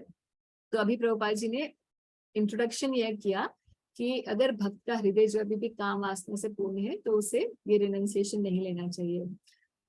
अब मेडिटेशन के ऊपर आते हुए प्रभुपाद कहते हैं, and one gets free from the intoxication of sex indulgence by purification of intelligence. One should, sorry, I'll read it again. And as one gets free from the intoxication of sex indulgence by purification of intelligence, one should step forward for the next meditation, or in other words, the process of meditation on the different limbs of the transcendental body of the Lord should be enhanced in proportion to the progress of purification of the heart. यानी कि ये जो भगवान के रूप पर ध्यान है उसको ग्रेजुअली एक्सेप्ट करना चाहिए। ग्रेजुअली हमें भगवान के रूप पर ध्यान लगाने की जरूरत है। In proportion to what? In proportion to कि हमारा चित्त कितना शुद्ध है। स्पेसिफिकली प्रभुपाद जी कह रहे हैं काम इच्छा से। स्पेसिफिकली यहाँ पे क्रोध, मात्सर्य, बाकी अनर्थों की बात नहीं हो रही है। यहाँ पे स्पेसिफिकली काम इच्छा से के प्रपोर्शन में। अगर हृदय में बहुत काम इच्छा है तो भगवान के चरणों पर ही ध्यान लगाना है, भगवान के पूरे रूप पर ध्यान लगाने की आवश्यकता नहीं है। तो हर साधक अपने आप देख ले कहाँ पर वो है, अपने हृदय में झांक के देखे, वैसे ही ध्यान लगाने की प्रक्रिया। तो ये साइंस है। ऐसा नहीं है कि अरे तो क्या हो गया, मैंने तो सोच लिया अगर भगवान के फेस के बारे में तो कोई गुनाह हो गए, तो भगवान के बारे में ही तो सोच रहा हूँ, अच्छी बात ही तो कर रहा हूँ। But no, it's not like that. There is a science. Of course, we can occasionally think about the form of the Lord. And if it comes to our mind, when we are chanting on its own, it's very good. We should entertain it. But we should not consciously draw our attention to that. Unless and until we feel some purification. And this purification, unless कि आपने पिछले जन्म में से भक्ति आप करके आ रहे हैं, इस जन्म में आपको भक्ति आप स्टार्ट करेंगे और अच्छी साधना करेंगे, कम से कम 10 साल आपको लगेंगे। उसके बाद आपको चित्त में शुद्धि इतनी लगेगी कि आप ये सब करने के लायक बने, अगर आप टाइमलाइन सोचना चाहते हैं तो that is the general idea. Then Prabhupada is saying that the conclusion is that those who are still entrapped by sex indulgence should never progress to meditate above the feet of the Lord. That's the conclusion. भगवान के चरणों से ऊपर मत बढ़िए अगर हृदय अभी मलिन है तो. Therefore, अच्छा, अब प्रभुपाद इस चीज को भागवतम से, अब प्रभुपाद के पर्पट में, क्योंकि हम जानते हैं कि ये भागवतम जो है ये ग्रंथ भगवान श्री कृष्ण के अंगों से इनका कंपैरिजन किया अलग अलग कैंटोज से ना. तो पहले दो जो कैंटोज हैं उनका कंपैरिजन भगवान के श्री चरणों से किया गया है. जो दशम स्कंध है वो भगवान के सुंदर मुख मंडल से उसका कंपैरिजन है. तो क्योंकि अभी हम ये कह रहे हैं कि हमारा ध्यान, प्रभुपाद कह रहे हैं कि अगर आपके हृदय में मलिनता है, काम इच्छा है, तो भगवान के चरणों से ऊपर मत मेडिटेशन करिए. लाइकवाइज भागवतम में भी पहले दो स्कंधों से ऊपर की मेडिटेशन नहीं करनी. पढ़िए. Therefore, recital of Srimad Bhagavatam by them should be restricted within the first and second canto of this great literature. भगवान के रूप का ध्यान भी नहीं करना है और भगवान की जो लीलाएं दूसरे स्कंद के ऊपर जो दिया गया है उसके ऊपर भी लीलाओं पर ध्यान नहीं जाना चाहिए अभी. So the purificatory process must be completed by assimilating the contents of the first 9 cantos. तो फिर कई भक्त बोलते हैं कि हम तो सिर्फ दो ही इस श्लोक के पर्पट को पढ़ के कहते हैं हम सिर्फ फर्स्ट 2 कैंटोज ही पढ़ेंगे, उसके आगे भक्त लोग पढ़ते ही नहीं है. तो अच्छी बात है, ये एक सिंसियर साधक की निशानी. मगर प्रभुपाद अगले ही लाइन में कह रहे हैं कि पहले 9 स्कंधों को आप उसके ज्ञान को, उसकी जो भाव है उसको एसिमुलेट कर जाइए. और उसका पहले 9 स्कंधों में भगवान के गुणों के बारे में है, भगवान की महानता के बारे में, उनकी दिव्यता के बारे में है. ये एस्टैब्लिश हो जाता है कि भगवान है भाई, भगवान जिसके बारे में सोचने वाले हो आप 10th कैंटो में. जब आप जाओगे और बोलोगे कि भगवान ने माटी खाई, तो ये सब क्या चल रहा है, तो ऐसे लगेगा आपको कि ये छोटा बच्चा है ना. तो ये मत सोच, भ्रमित मत हो जाइएगा भगवान की नर लीलाओं से, भगवान की माधुर्य लीलाएं जो दशम स्कंद में, उससे भ्रमित मत हो जाइएगा. इसीलिए पहले 9 कैंटोस में ये रगड़ा पट्टी होती है कि भगवान कृष्ण भगवान है, कृष्ण भगवान है, परम भगवान है ना. तो ये पहले 9 स्कंधों का ये मूल आधार है. इसीलिए प्रभुपाद दे रहे हैं फर्स्ट 9 कैंटोस आप एसिमुलेट करिए, then one should be admitted into the realm of 10th canto of Shrimad Bhagavatam. तो ऐसा नहीं है कि प्रभुपाद सिर्फ यही कह रहे हैं कि 2 ही स्कंध पढ़िए, 9 स्कंध तक आप पढ़ सकते हैं. प्रारंभिक साधक 9 स्कंधों तक पढ़ सकता है. दशम स्कंध पढ़ने के लिए पहले आप जिसके भी अंडर हैं आप पहले अनुमति ले लीजिए, क्योंकि वो आपकी साधना का लेवल, वो आपका हृदय का लेवल जानेगा. फिर आप दशम स्कंध जिस भी भक्त से, किसी उन्नत भक्त से आप संपर्क करिए और फिर आप दशम स्कंध पढ़िए. ऐसे बहुत सारे भक्त हैं जो कई समय तक, कई सालों तक केवल 9 कैंटोस पढ़ते हैं. They don't read 10th canto. That doesn't mean that devotees in general should not read 10th canto. Prabhupada ji ने खुद ही कृष्णा बुक बोली है रोज रात को पढ़ने के लिए, और कृष्णा बुक क्या है? 10th कैंटो है. तो प्रभुपाद जी यहाँ तो बोल रहे हैं कि जी आप 9 तक पढ़िए, 10वें में जाइए मन, और खुद ही प्रभुपाद जी ने बोला रोज कृष्णा बुक पढ़ने के लिए. सो ये क्या बात हुई? कॉन्ट्रडिक्टरी बातें हो गई ना. तो हम किस वाली इंस्ट्रक्शन को फॉलो करें? क्या रोज रात को कृष्णा बुक पढ़ें दशम स्कंद, या नहीं पढ़ें, या प्रभुपाद जी की इस बात को माने? सो देयर इज अ विरोधाभास. अच्छा, अब इस विरोधाभास के ऊपर क्वेश्चन समझ में आ गया क्या विरोधाभास है?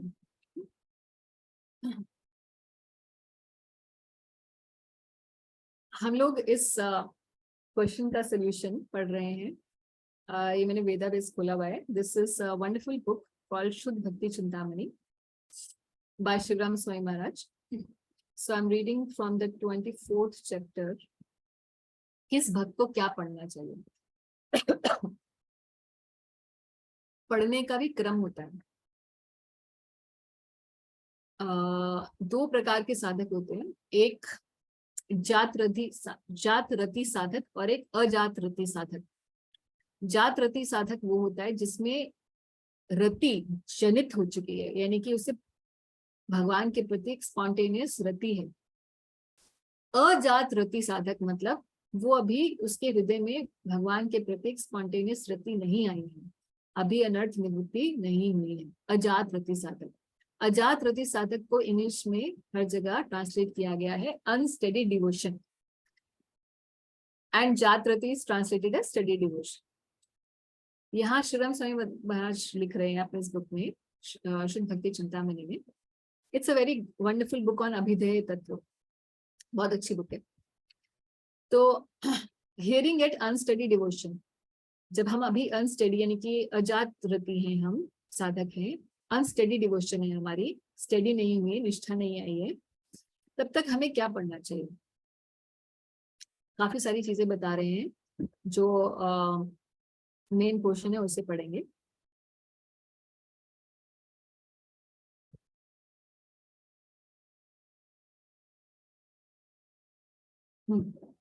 तो बिगनर्स को क्या क्या पढ़ना चाहिए वो देख रहे हैं।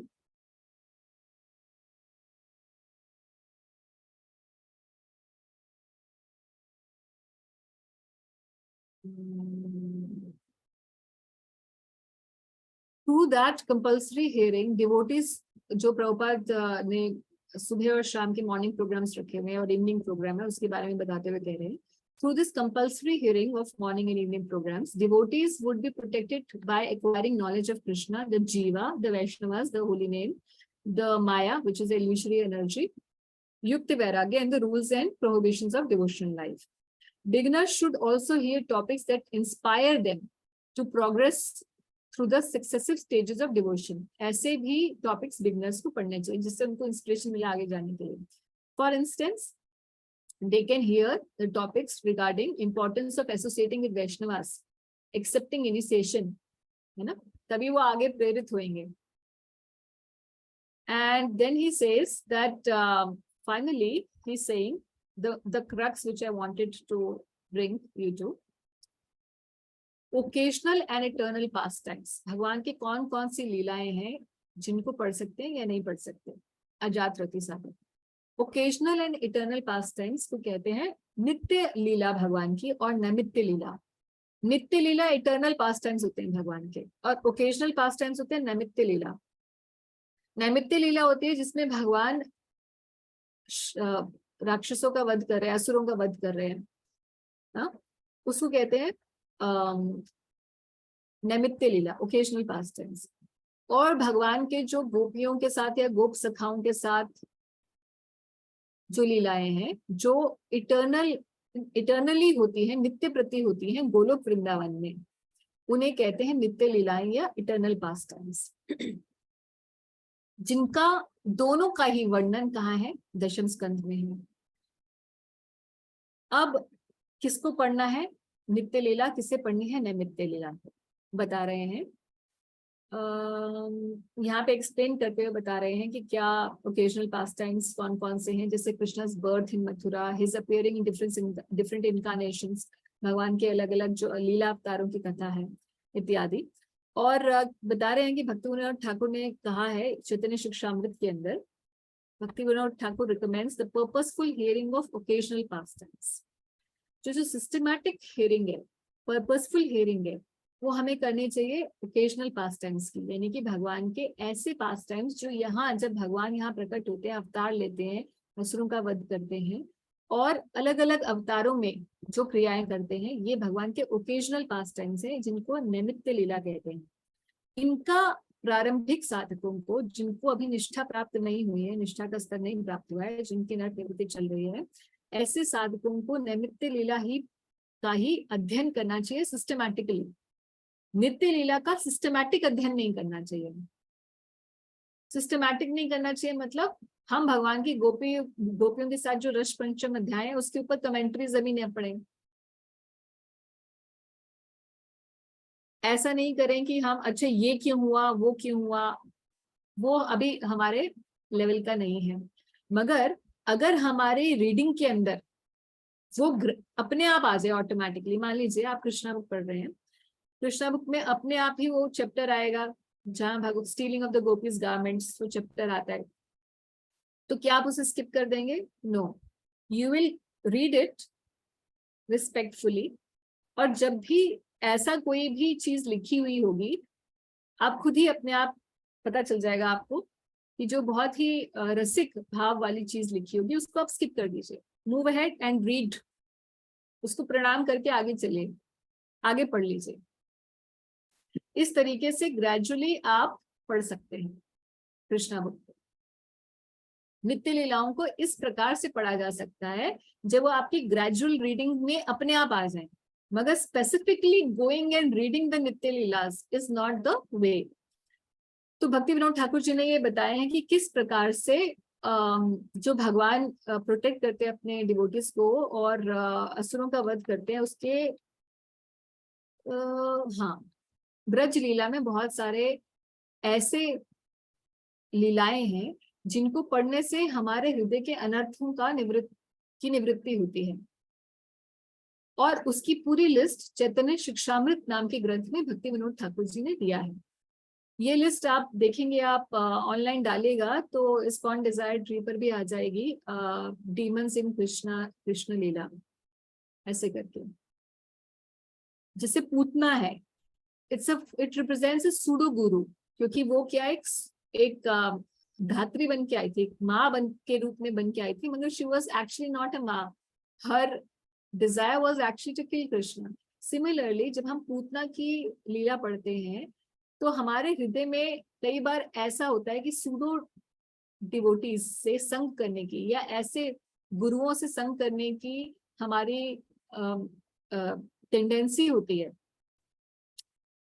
जो हमें बहुत जल्दी क्विक मैजिकली भक्ति में आ गया, हमें कोई वरदान दे दें या कोई झाड़ा लगा दें या फल दे दें जिसको खाने से बस अब परम पद की प्राप्ति हो जाए, है ना। ऐसे लोगों से हमारे हृदय के अंदर ऐसे क्विक शॉट्स की भावना रहती है, या कई बार हम ही कभी किसी भक्त के साथ गुरु के रूप में होते हैं, यानी कि जब हम प्रचार करते हैं और to some extent we are in the position of a guru, and then we give wrong guidance.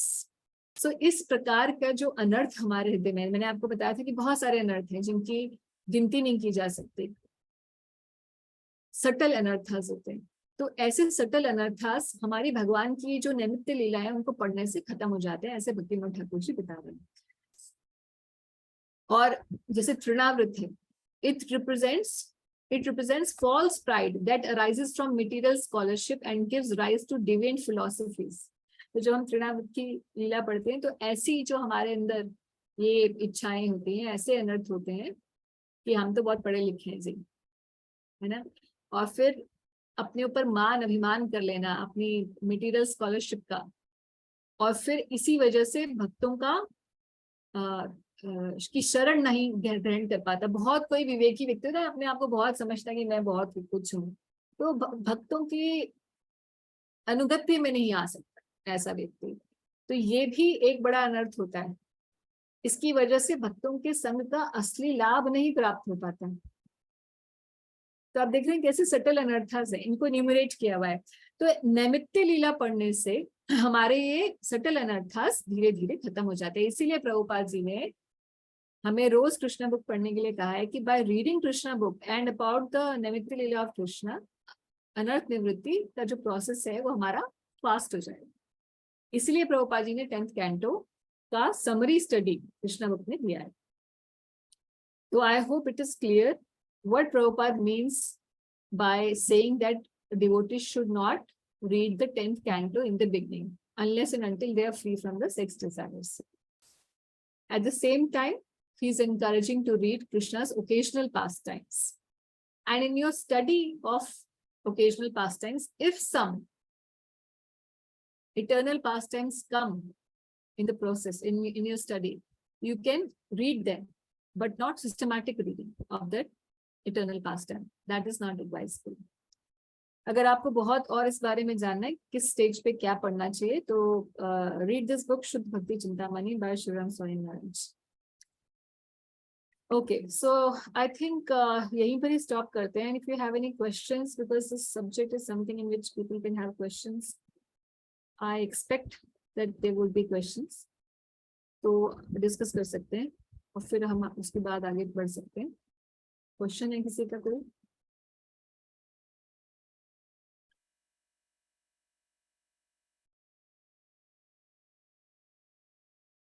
No question? तो फिर आगे बढ़े. Yes ma'am. हाँ हाँ, हरे कृष्णा माता जी. हाँ जी मैम. माता जी, अभी जब हम लोग ये डिस्कस कर रहे थे कि भगवान के चरणों पे ही रहना चाहिए जो प्रारंभिक भक्त हैं, और जब तक ये हमारे डिजायर कम नहीं होती, इसलिए कुछ भक्त जो हैं फर्स्ट 2 कैंटो में ही पढ़ते रहते हैं. तो चरणों में मतलब कि अगर हम सेवा वृत्ति बढ़ाएंगे, देन ओनली वी कैन अपने आप को हम एलिवेट कर सकते हैं ना, हमारे कॉन्शियसनेस को. सेवा वृत्ति से हम अपने या consciousness को ब्रोकर क्या है? नहीं, वो तो है ही है. आपका क्वेश्चन क्या है कि अगर हम सेवा वृत्ति करेंगे तो अपने आप ही कॉन्शियसनेस बढ़ जाएगी, तो फिर अपने आप ही हम आगे का पढ़ सकते हैं. यस. सो माता जी, यही है. प्रभुपाद कह रहे हैं कि एवरीबडी, पूरे प्रभुपाद में कि प्रभुपाद कह रहे हैं everyone should check in their own heart. जैसे हम खाना खाते हैं, हमें पता चलता है ना कि हम कितने अंदर कितना भर गया है. उसी प्रकार से हर किसी को देखना है अपने हृदय के अंदर कि उसकी क्या डिजायर चल रही है, उसका मनोवृत्ति क्या है आगे. Accordingly one should read. So reading का रूल यही है कि नित्य लीला पढ़ने के लिए एक अलग लेवल चाहिए, और नैमित्य लीला पढ़ने के लिए कोई भी पढ़ सकता है. क्योंकि भगवान की नित्य लीला नैमित्य लीला दोनों ही है 10th कैंटो में. और स्पेसिफिकली समाज में you know why such complicated way of presenting the simple thing is that everyone except the Saraswat Parivar Gaudiyas are into they are, you can say, राजधानी की ट्रेन पे चढ़े हुए हैं और सीधा भगवान की नित्य लीला पढ़ना चाह रहे हैं. एवरीबडी एल्स स्पेसिफिकली सारस्वत परिवार जो है, ISKCON and other offshoots of Bhaktisiddhanta Saraswati Thakur's मठस. तो जो सारस्वत परिवार है उसी में ही ये अभी भी मर्यादा चल रही है. तो मर्यादा के साथ भागवत को पढ़ना, यही बात बार बार आ रही है. और उसमें सबसे इम्पोर्टेंट बात यही बताइए कि बाकी आपके अनर्थस हो चलेगा, मगर ये वाला अनर्थ से नहीं होना चाहिए, क्योंकि फिर आप आगे नहीं उन्नति कर पाएंगे. उस नित्य लीला को पढ़कर आप पीछे की तरफ चले जाएंगे. That is the idea. Yes, ma'am. Thank you very much. Okay. Indrajit प्रभु जी. हरे कृष्णा माता जी, जय प्रणाम. हरे कृष्णा. माता जी, जैसे अभी आपने बताया कि अगर हमारी लस्ट डिजायर अभी पूरी तरह से नहीं गई है तो हमको भगवान के चरणों पे ही ध्यान देना चाहिए मेडिटेशन में. तो माता जी, लेकिन जब हम भगवान के दर्शन करने जाते हैं, फिजिकली जब मंदिर में जाते हैं, टेम्पल में ऑल्टर के दर्शन करते हैं, ऑफ कोर्स हम शुरू करते हैं भगवान के चरणों से ऊपर जाते हैं, बट भगवान के मुखमंडल को भी देखते हैं, तो भगवान को भोग लगाते हैं. कई बार भगवान को दर्शन करते हुए फेस एक्सप्रेशन भी पढ़ते हैं, या हम कई बार अपने गेस्चर्स या मेंटली ही चाहिए अपनी जो कन्वर्सेशन करते हैं, तो उस वक्त भगवान की आंखों में आंखें डालती हैं. तो वो जो सारे दृश्य हैं वो जब हम चैंटिंग कर रहे होते हैं तो आ ही जाते हैं, और उस वक्त में फिर कैसे उसको कंट्रोल किया जाए? तो बात यही है कि हमें कॉन्शियसली उसके लिए ट्राई नहीं करना चाहिए भगवान के रूप का ध्यान के लिए. अगर वो अपने आप ही आ रहे हैं, क्योंकि हम सेवा कर रहे हैं, तो अपने आप ही आएंगे. अब जैसे मानिए हमारे बच्चों का फेस है ना, जैसे ही हमने नाम लिया हमें आ जाते हैं ना उनकी इमेज हमारे, क्योंकि अटैचमेंट इतनी है. अगर इतनी अटैचमेंट हमारी अपने डीटीज से है, या जिनके भी हम डीटीज के दर्शन करते हैं, नेचुरली अटैचमेंट हो जाती है भक्ति, और नेचुरली आ जाते हैं. जैसे हम बोलेंगे राधा पार्थ सारथी, तो इमीडिएटली पिक्चर आ जाएगी राधा पार्थ सारथी की मन में, है ना, क्योंकि हम उनके दर्शन कर रहे हैं रोज. तो इसमें कुछ गलत नहीं है, ये तो बहुत अच्छी बात है. मगर जो लोग सिस्टमैटिकली बैठकर रूप ध्यान, लीला ध्यान कर रहे हैं, उनके लिए और उनकी अनर्थ इस काम इच्छा से वो स्फुरित हैं अभी, वो गलत। मतलब पर्पजली नहीं हमको। हाँ, पर्पसफुली नहीं। इसमें देखिए विद इन इस्कॉन दो अलग अलग मत हैं। एक मत के भक्त, कई सन्यासियों में भी आपस में बीच में भेद है। कुछ भक्त कहते हैं कि हमें कुछ भी नहीं सोचना चाहिए भजन के समय में। प्रभुपाद जी ने केवल और केवल यही बोला है। और आप जानते हैं कि ऐसे बाबा जी लोग हैं जो बोलते हैं कि आप ये स्मरण करिए, वो स्मरण करिए, है ना। वो बोलते हैं रागानुगा भक्ति तो स्मरण बेस्ड ही है, और जब तक आप रागानुगा भक्ति नहीं करेंगे आपको ब्रज भक्ति प्राप्त नहीं हो सकती। रूप गोस्वामी का वचन है, और श्री चैतन्य महाप्रभु का भी वचन है कि जो वैकुंठ भक्ति है वो मुझे प्राप्त, वैकुंठ भक्ति वैदिक भक्ति के द्वारा मुझे कोई प्रेम प्राप्त नहीं कर सकता, ब्रज को प्राप्त नहीं कर सकता। हाँ जी। ब्रज को प्राप्त करने के लिए रागानुगा भक्ति चाहिए। रागानुगा भक्ति का एसेंस क्या है? स्मरणम। Hence they say that if you are not cultivating smaranam about the leelas of the Lord, then you are not performing Raganuga Bhakti. And because you are not performing Raganuga Bhakti, you will not go to Vraj. ये उनका stand है। इसीलिए आप देखेंगे सारस्वत परिवार की सारी जितनी भी ट्रांसलेशंस हुई किसी भी चीज की, उसमें इस चीज का खंडन किया जाएगा, क्योंकि कृष्णास कविराज गोस्वामी ने बताया है चैतन्य चरितामृत के अंदर कि दोनों ही पद्धतियां सही हैं। एक स्मरण को कल्टीवेट करने वाली और एक नाम जप के साथ साथ ग्रेजुअली स्मरण के आने वाली, अपने आप स्मरण आने वाली, ये दोनों ही सही है। मगर जनरल पॉपुलेंस के लिए नाम जप के ऊपर फोकस होना चाहिए। इन लोगों का फोकस क्या हो जाता है कि केवल स्मरण ही एसेंस है, जबकि महाप्रभु ने स्वयं कहा है कि नाम जप एसेंस है, हरि नाम इज द एसेंस। मगर these people, they are also an offshoot of Gaudiyas. Their understanding of Mahaprabhu's Siddhant is that Smaran is the essence. And that's why they take sadhakas very in the neophyte phase. मतलब कोई immediately अभी आया ही है, smoke करता है, ये करता है, 4 नियम भी पूरे पालन नहीं हो रहा, और उसको सीधा स्मरण पर बैठा देते हैं कि गोलोक की नित्य लीला और राधा रानी और रूप मंजरी इन सब के ऊपर ध्यान लगाना शुरू करो। तो ये सब जो है ये चल रहा है हर जगह पर। इसी को ही कट करने के लिए प्रभुपाद जी बार बार बताते हैं कि ग्रेजुअल प्यूरिफिकेशन के साथ ही व्यक्ति को भगवान पे ध्यान लगाना चाहिए। अभी हमारे इस्कॉन के अंदर भी 2 मत हैं। कुछ एक भक्त हैं जो कहते हैं कि आपको जब तक स्वतः ही नहीं आ जाएगा भगवान के दर्शन आपके हृदय में जप करते हुए, तब तक उसे कल्टीवेट मत करिए। ना ही लोटस ये जो चरणों पे ध्यान है ये वो कुछ भी मत करिए, आप सिर्फ नाम जप करिए, सुनिए। और दूसरे मत वाले कह रहे हैं, जैसे हिज होलीनेस सच्चिदानंद स्वामी में, I can even give names, but anyways मेरे मुंह से निकल गया about Sachchidanand Swami Maharaj. So he is even giving guided meditations while chanting.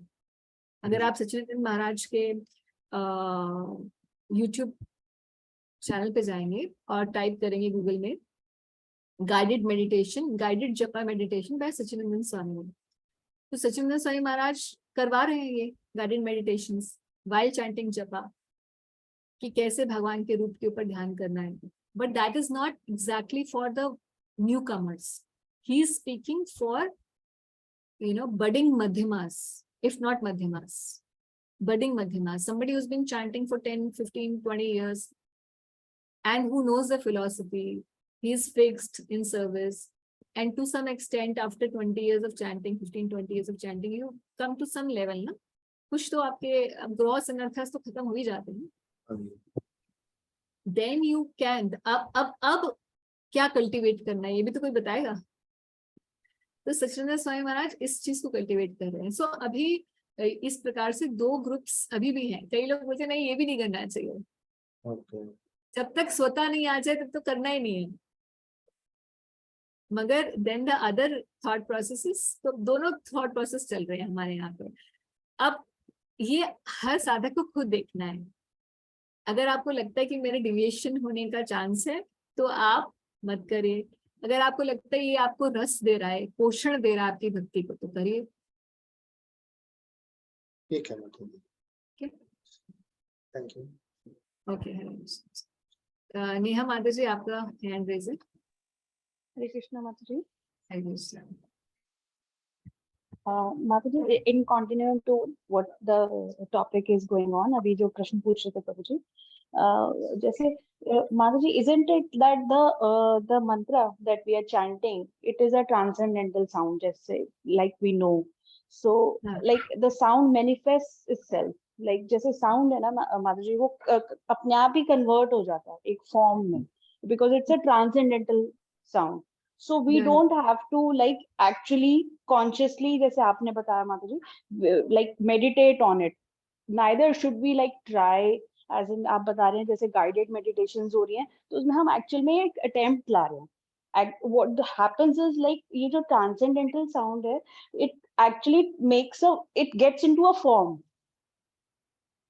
of Krishna basically.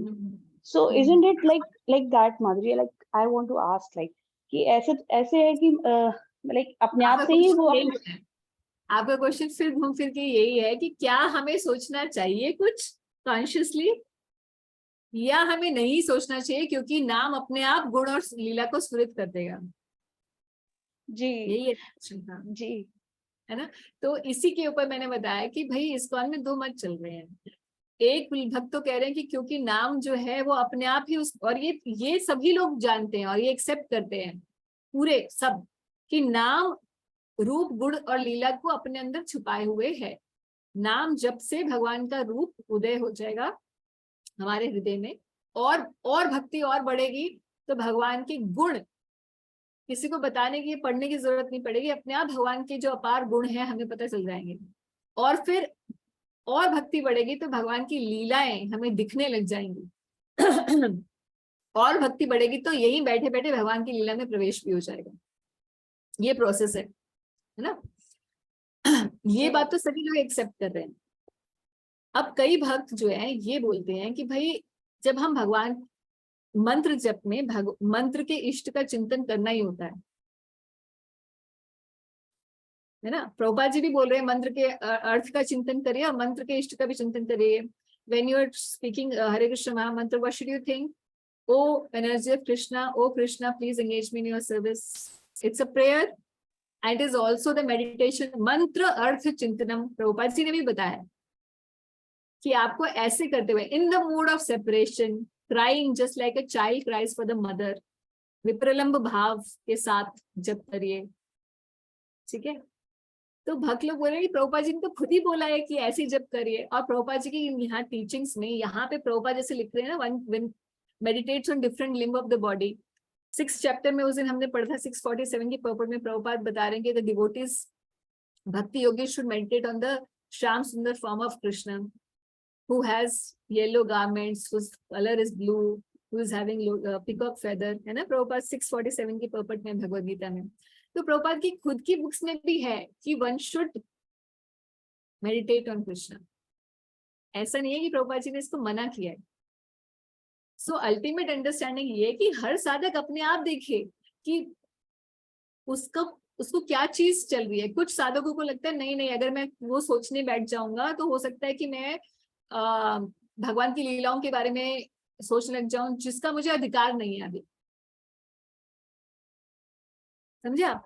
और कुछ भक्त लोग बोलते हैं कि अगर हम सिर्फ ऐसे ही चैंटिंग करते हैं तो बहुत नीरस होता है, क्योंकि हम भगवान के बारे में नहीं सोच रहे हैं, हमने माइंड को कोई एंकर नहीं दे रखा है सोचने के लिए। तो even when we are chanting जपा, we are saying Hare Krishna, we are hearing Hare Krishna, but I am thinking of my office or the email that I have to send, or that my child is sick. And that's what usually is happening with devotees, because they are not systematically thinking about Krishna. है कि नहीं? यही हो रहा है ना।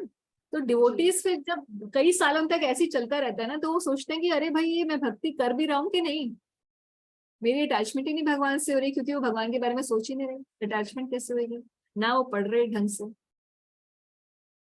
इसीलिए जो 2-3 साल के बाद साधकों को एडवाइस किया जाता है कि आप भगवान के चरणों पर ध्यान लगा सकते हैं जब के समय, या शिक्षाष्टकम के श्लोकों के ऊपर मेडिटेट कर सकते हैं, या कोई प्रेयर्स बेस्ड ऑन शिक्षाष्टकम, है ना, कि भगवान आपके नाम में इतनी सामर्थ्य है, नाम नामकारी बहुधा निज सर्वशक्ति, मगर मेरा ही ऐसा पतित, मैं ऐसा पतित हूँ कि मुझे उसकी महानता नहीं पता चल पा रही, मैं नाम जप के समय भी मुझे नींद आ रही है ना, तो आप मुझ पर कृपा करिए हे हरि नाम प्रभु।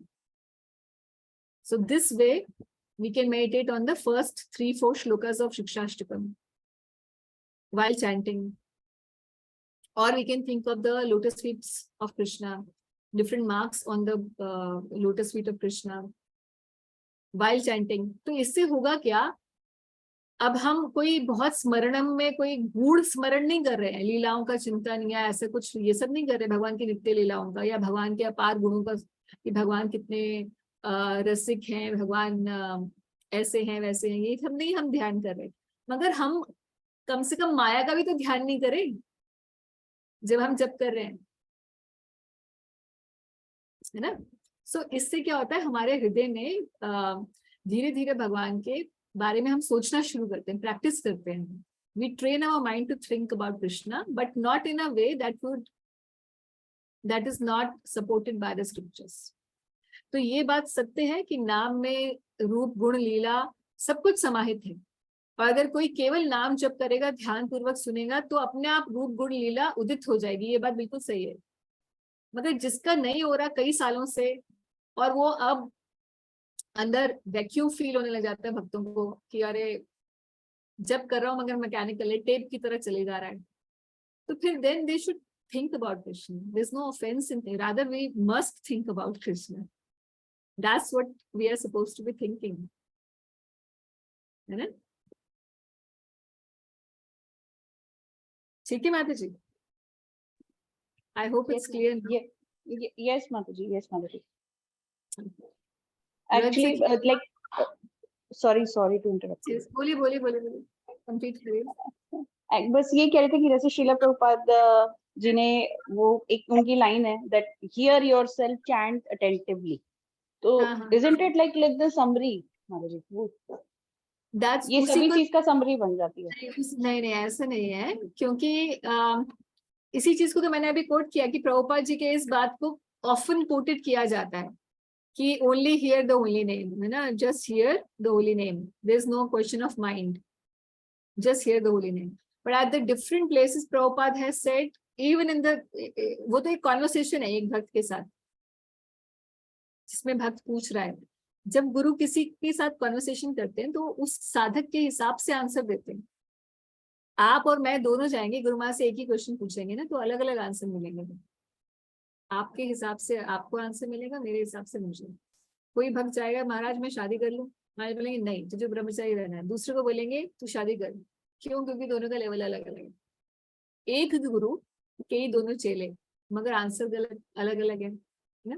तो प्रभुपाद जी किस कॉन्वर्सेशन में किस भक्त के साथ उसको क्या इंस्ट्रक्शन दे रहे हैं, वो उसके लेवल के हिसाब से भी तो हो सकता है।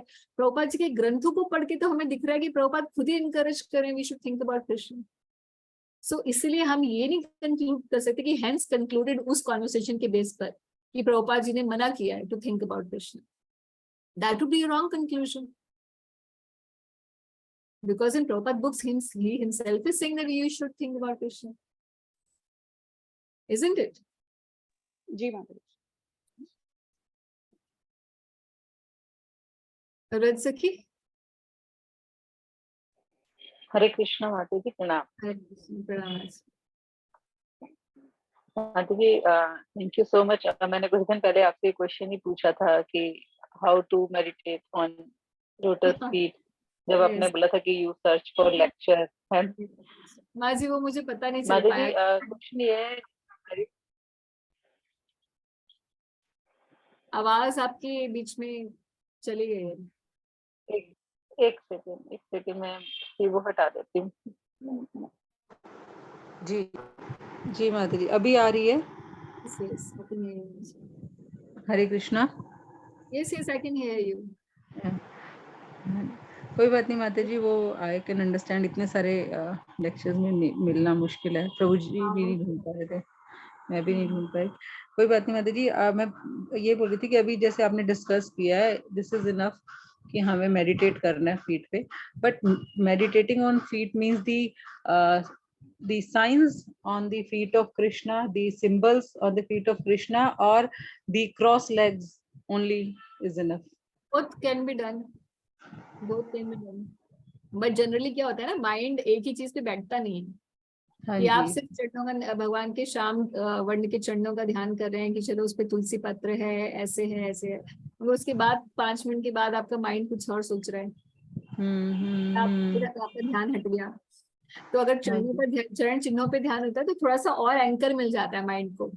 जी, यही मैं सोच रही थी कि ना अगर उसके बारे में नॉलेज होगी तो हम एक से दूसरे तो चिन्ह से दूसरे। मैंने ग्रुप पे भी डाला हुआ है, या आप जो बुक है सचिदानंद महाराज की बुक है nectarean ocean of holy name, या फिर मानंदी स्वामी महाराज है आर्ट ऑफ चैंटिंग हरे कृष्णा, उसमें पूरा वो लोटस फीट के मतलब लिखे हुए हैं, लोटस फीट के जो चिन्ह है, भगवान के चरण चिन्ह मीनिंग लिखे, accordingly you can think about it and you can pray. जी, ठीक है। So mind has something to think. ये तो मन क्या है ना, बच्चे की जैसा है, उसको बोलो शांत बैठो तो बैठता नहीं है, उस किसी बच्चे को बोलो चैंटिंग करो 16 माला, कोई माई का लाल नहीं बैठा है यहाँ पे जो एक बच्चे से 16 माला करवा दे, अगर वो नॉर्मल बच्चा है तो। बहुत ही सिद्ध पुरुष है, बच्चा बना हुआ है तो बात अलग है, क्योंकि मन जो है ना बच्चे की तरह इधर उधर उछलता रहता है, it wants change of subject. अपने मन को खुद ही देखिए, हमेशा थॉट्स आते रहते हैं, कभी ये आ रहा है कभी वो आ रहा है, अभी हम इसके बारे में सोच रहे हैं, कुछ ही क्षण बाद कुछ कहीं और पहुंच चुका होगा, वो थॉट्स का प्रोसेस। चेन में से चेन निकलती जाती है माता जी। हाँ, तो बच्चे जो है ना वो ऐसे बच्चे के जैसे मन है, उछलता रहता है, और बच्चे को कोई काम दे दो तो वो बैठा रहता है। जैसे मन को कुछ, मन का काम क्या है, सोचना, ये मन का काम है। जब के समय अगर हम मन को भी एंगेज कर लें तो there is a high possibility that the mind will become focused, and eventually because the mind is remembering Krishna it will become purified very easily। तो हमें और एटलीस्ट जब के समय हमें जप तो करने देगा, नहीं तो जब के समय हमारा मन हमें जप नहीं करने देता, उसे नींद आ रही होती है या उसे कुछ और सोचना होता है, और भक्तों के बारे में सोचना होता है, उसने मुझे ये कहा था, इसने मुझे ये कहा था, या ऑफिस की परेशानियों के बारे में सोचना होता है। फिर इंसान सोचता है अरे भगवान का नाम लेते हुए भी मैं यही सब सोच रहा हूँ, उससे अच्छा चलो मैं काम ही कर लूँ, छोड़ो ये जब, ये भी सोचते हैं लोग कि ये क्या माला है जिसमें मन लग ही नहीं रहा, जब हमारा मन लगेगा तभी हम माला करेंगे, ये भी कंक्लूजन आ जाता है लोगों का, फिर माला ही छूट जाती है। या भक्तों में चलो ये विचार नहीं होता कि हमें माला ही छोड़ देनी है, मगर फिर भी उनकी माला ऐसी चल रही होती है, इधर उधर देखते हुए, फोन पे बात करते हुए या घूमते फिरते हुए, साइट सीइंग माला चल रही होती है। इन सभी का रीजन क्या है, क्योंकि मन को एंगेज नहीं किया जाए। और फिर जब मन को एंगेज करने की बात करते हैं तो बोलते हैं प्रभुपाद जी ने तो ये कहा ही नहीं। तो आप समझ रहे हैं कैसे चक्रव्यूह में फंसा लिया अपने आप को। ऐसे तो मन जब करने नहीं दे रहा, और जब भगवान के बारे में सोचने के लिए बोला जाए तो भी मन कह रहा है नहीं नहीं प्रभुपाद जी ने तो बोला है कि ऐसे नहीं करना है। चाल देख रहे हो मन की कैसी है। Because the mind always wants to think of material things, sense enjoyment, ये चाल है मन की, इसलिए तो भगवान के बारे में सोचना नहीं चाह रहा। और इवन आप करके भी देखिएगा भगवान के चरणों के ध्यान जब के समय, बहुत ताकत लगती है, आसान काम नहीं है। एक दिन हो जाएगा फिर 4 दिन फिर खत्म हो जाएगा। आपने गलत खान पान कर लिया, आपने गलत संग कर लिया, गलत विचार रख लिए, अगले दिन देखिए जब के समय आप सोचें कि मैं लोटस फीट मेडिटेशन करूंगी, होएगी नहीं, होएगी ही नहीं, क्योंकि मन अपवित्र, दूषित विचारों की वजह से। इसलिए इतना आसान नहीं है भगवान के चरणों का ध्यान करना। भगवान के चरणों का ध्यान करके तो भगवान प्राप्त हो जाते हैं, वो आसान काम हो सकता है क्या? तो कहने की अभी तो हम यही विचार विमर्श करें कि करना चाहिए कि नहीं। आप, मैं कह रही हूँ 1-2-4 दिन करके देख लो, होगा नहीं, क्योंकि उसके लिए भी प्योरिटी चाहिए, एक लेवल की प्योरिटी चाहिए होती है, तब भगवान के चरणों का ध्यान हो पाता है, आसान काम नहीं होता है। ठीक है। जी माता जी, मैं अभी रियलाइज कर रही थी कि concentrating on the sound of महामंत्र इज मोर इजी, है ना। ये जब हम जप करते हैं तो कहीं ना कहीं दिमाग दौड़ता है, और उस वक्त अगर जोर जोर से जप करने लगो, है ना, चिल्ला चिल्ला के, या मतलब एटलीस्ट इतना जोर के कि दिमाग को या कानों को सुनाई दे, तो थोड़ी देर के लिए दिमाग शांत हो जाता है, वो जो थॉट्स है वो गायब हो जाते हैं। that is also wonderful. If one wants to concentrate on the sound vibration, that is wonderful. अगर उसकी इतनी लेवल है तो that is nice.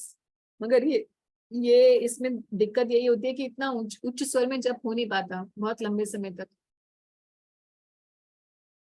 और अगर आपको एक्स्ट्रा राउंड्स करने होते हैं तब तो बिल्कुल नहीं हो पाता। और एक और चैलेंज ये है कि जैसे जैसे आपकी एज बढ़ती जाएगी ना, तो ओल्ड एज में आप इतना बोल नहीं पाएंगे, उच्च स्वर में नहीं बोल पाएंगे, तो फिर आप कैसे माइंड को एंकर करोगे? जी, तो इसीलिए listening and meditating both together should be. Both together can be done. I mean to say, I'm not saying that everybody has to do it.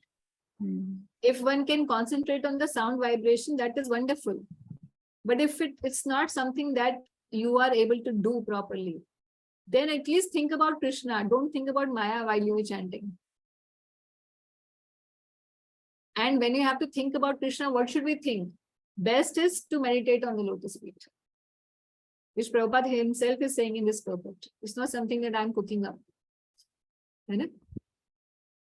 ये और जगह जगह आप देखेंगे, आप अभी मैं 12th कैंटो मैंने कंप्लीट किया, again at the end almost यही बात आ रही थी। सुध गोस्वामी जब रैप अप करते हैं 12th कैंटो में, तो फिर ये बोलते हैं कि भगवान के चरणों पर ध्यान करके कोई भी जन्म मृत्यु के चक्र से छूट सकता है। 12th कैंटो जहाँ कंक्लूजन हो रहा है भागवतम का, अगेन सेम थिंग। सो मैंने बहुत जगह पढ़ लिया आगे, जब से मैंने इसके बारे में बोलना शुरू किया और भक्तों को भी प्रेरित करती हूँ, खुद भी ट्राई करती हूँ, तो मैं जहां जहां भी ये होता है ना, मुझे और ज्यादा दिखने लग गया प्रभुपाद जी के ग्रंथों में जगह जगह पर चरणों पर ध्यान करने के बारे में।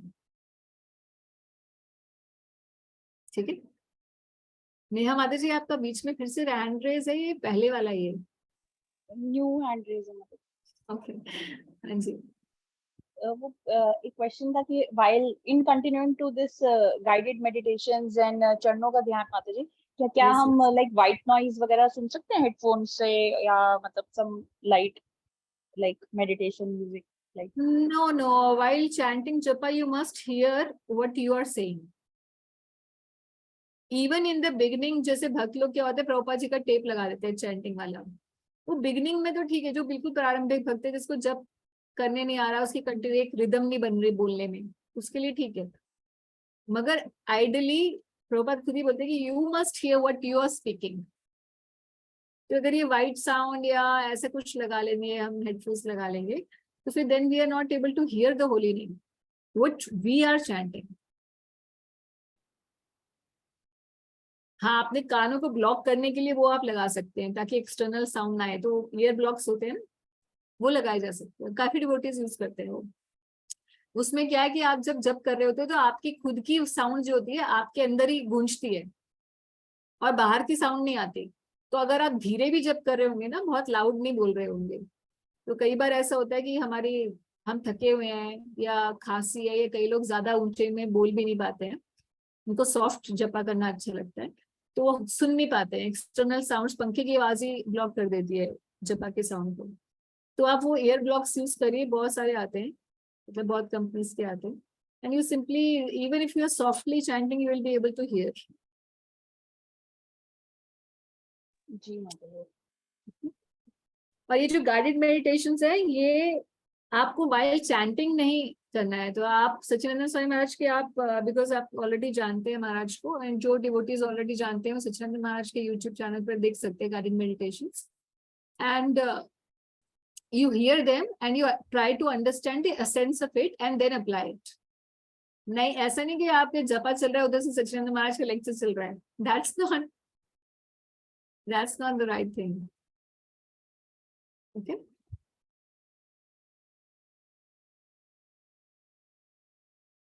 ठीक है, तो हम लोग यहीं पर ही समाप्त करते हैं इस डिस्कशन को, और from shloka number 13 onwards then we will do in the next class.